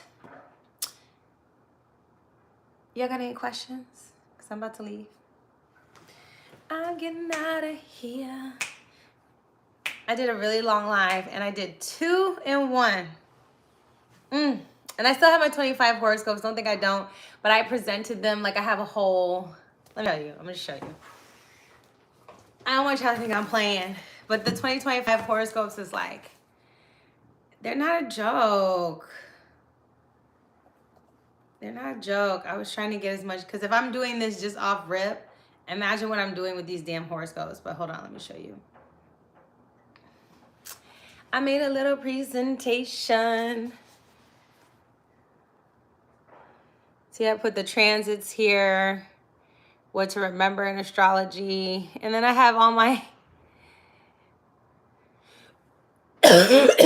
excuse me, my planets here, my North Node here, things like that. You see, Taurus rising, Gemini rising. You see, I know conversations, I'm praying. That's all. Just pray for me. But I have like this whole presentation thing that I have laid out, and then I have family here, and then holidays and Mars retrograde, so I'm slow, but I'll get it out, and it is still gonna be good. Now, I don't know if you have any more questions, but I'll tell you one more tip before we go, and you guys can look in your... So what I would recommend to do, and we're gonna do, maybe we can do a class. Let me know what kind of class you guys want me to teach in the comments below. I really, really want you to help me. Do you want synastry, where I put your chart with my chart and I tell you how we vibe? Do we want composite, where I tell you what's the point of our relationship? Do Do you want me to help you break down your chart so you know how to read your chart? Do you want me to do transits? Because the thing is, if you break down your chart, you can break down every single planet and how it's aspected and the story around that planet, and then you can see how that plays out in your life. So if you're doing the 6th house, for example, that's your health, right? Your health routines, what you can eat, what you shouldn't eat, what workouts you should do, what kind of pets you probably would have, how much energy you manage on a day-to-day, right? Because that's the 6th house. That's the 6th house. You would look at that planet. Are there sextiles? Are there trines? Are there aspects? What type of planet is it? Which element is it in? Does it like being in that element? Where is it located? Is it located above the horizon through 7 through 10 where it's extroverted and it needs to be seen? Or is it below the horizon where it's more about you? You know what I'm saying? Things like that. So you'd love to have a class. Yes, synastry. Transit on your chart would be lovely. Thank you for the comments about that I'm cute. Appreciate y'all. I'm about to get out of here, but you can really see what it is. What I'm going to do is, if you want to look at your career, it's your 10th house planet, right? And just really following that planet and knowing where your career goes. If you have Pisces there, you have Aquarius there, you're going to be in your career for a long time. You're not going to make that many changes because you have planets that move very slow. If you have Aries there, you have Cancer there, you're going to be in a career that has a lot of changes and fluctuates a lot. This is why people are so different. You know what I'm saying? This is why people have different things they want to do, different goals, different hopes, different dreams. You look at your progressed midheaven to show you where your career currently is and what you're doing for a living. Okay, that's very important because you could be born with a Cancer in the midheaven, but now you're a Leo on the midheaven, so that's completely different than Cancer energy, but you're using your Cancer energy with your Leo energy to give you your career. Or if you're looking at your 7th house, which is your relationships and partnership and marriage, how it's changing. You might be born a Virgo rising with Pisces on the 7th, but now Neptune's going into Aries. So the way you changing, your relationship is changing, and maybe you're Libra rising now with Aries on the 7th and things of that nature. And well, it's technically in the 8th when it would be progressed, but now things have changed. You see what I'm saying? So that's how it is. If you want to follow me, astrologywithnovi.com. Patreon.com/Novi's Notes. I'm going to start posting on there way more often. I want to do like voice notes daily or every other couple of days, kind of just like read the energies and say what the vibes are. This is a year 9 in astrology. So it's going to do well, most likely, for people who are born on the 18th, the 9th, the 18th, and the 27th. People who have 9 in their birthday, who are born with 9s in their chart, who have 9 in their name for numerology. 9 is a year of endings. It's Martian ruled. So it's time to let things go. This is a year to cut things off.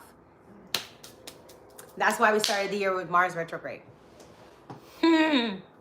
I can't wait for this content for Patreon. I'll be always thinking about what I'm going to put on there, but I'm just going to put whatever. And you guys will like it because I just put random stuff.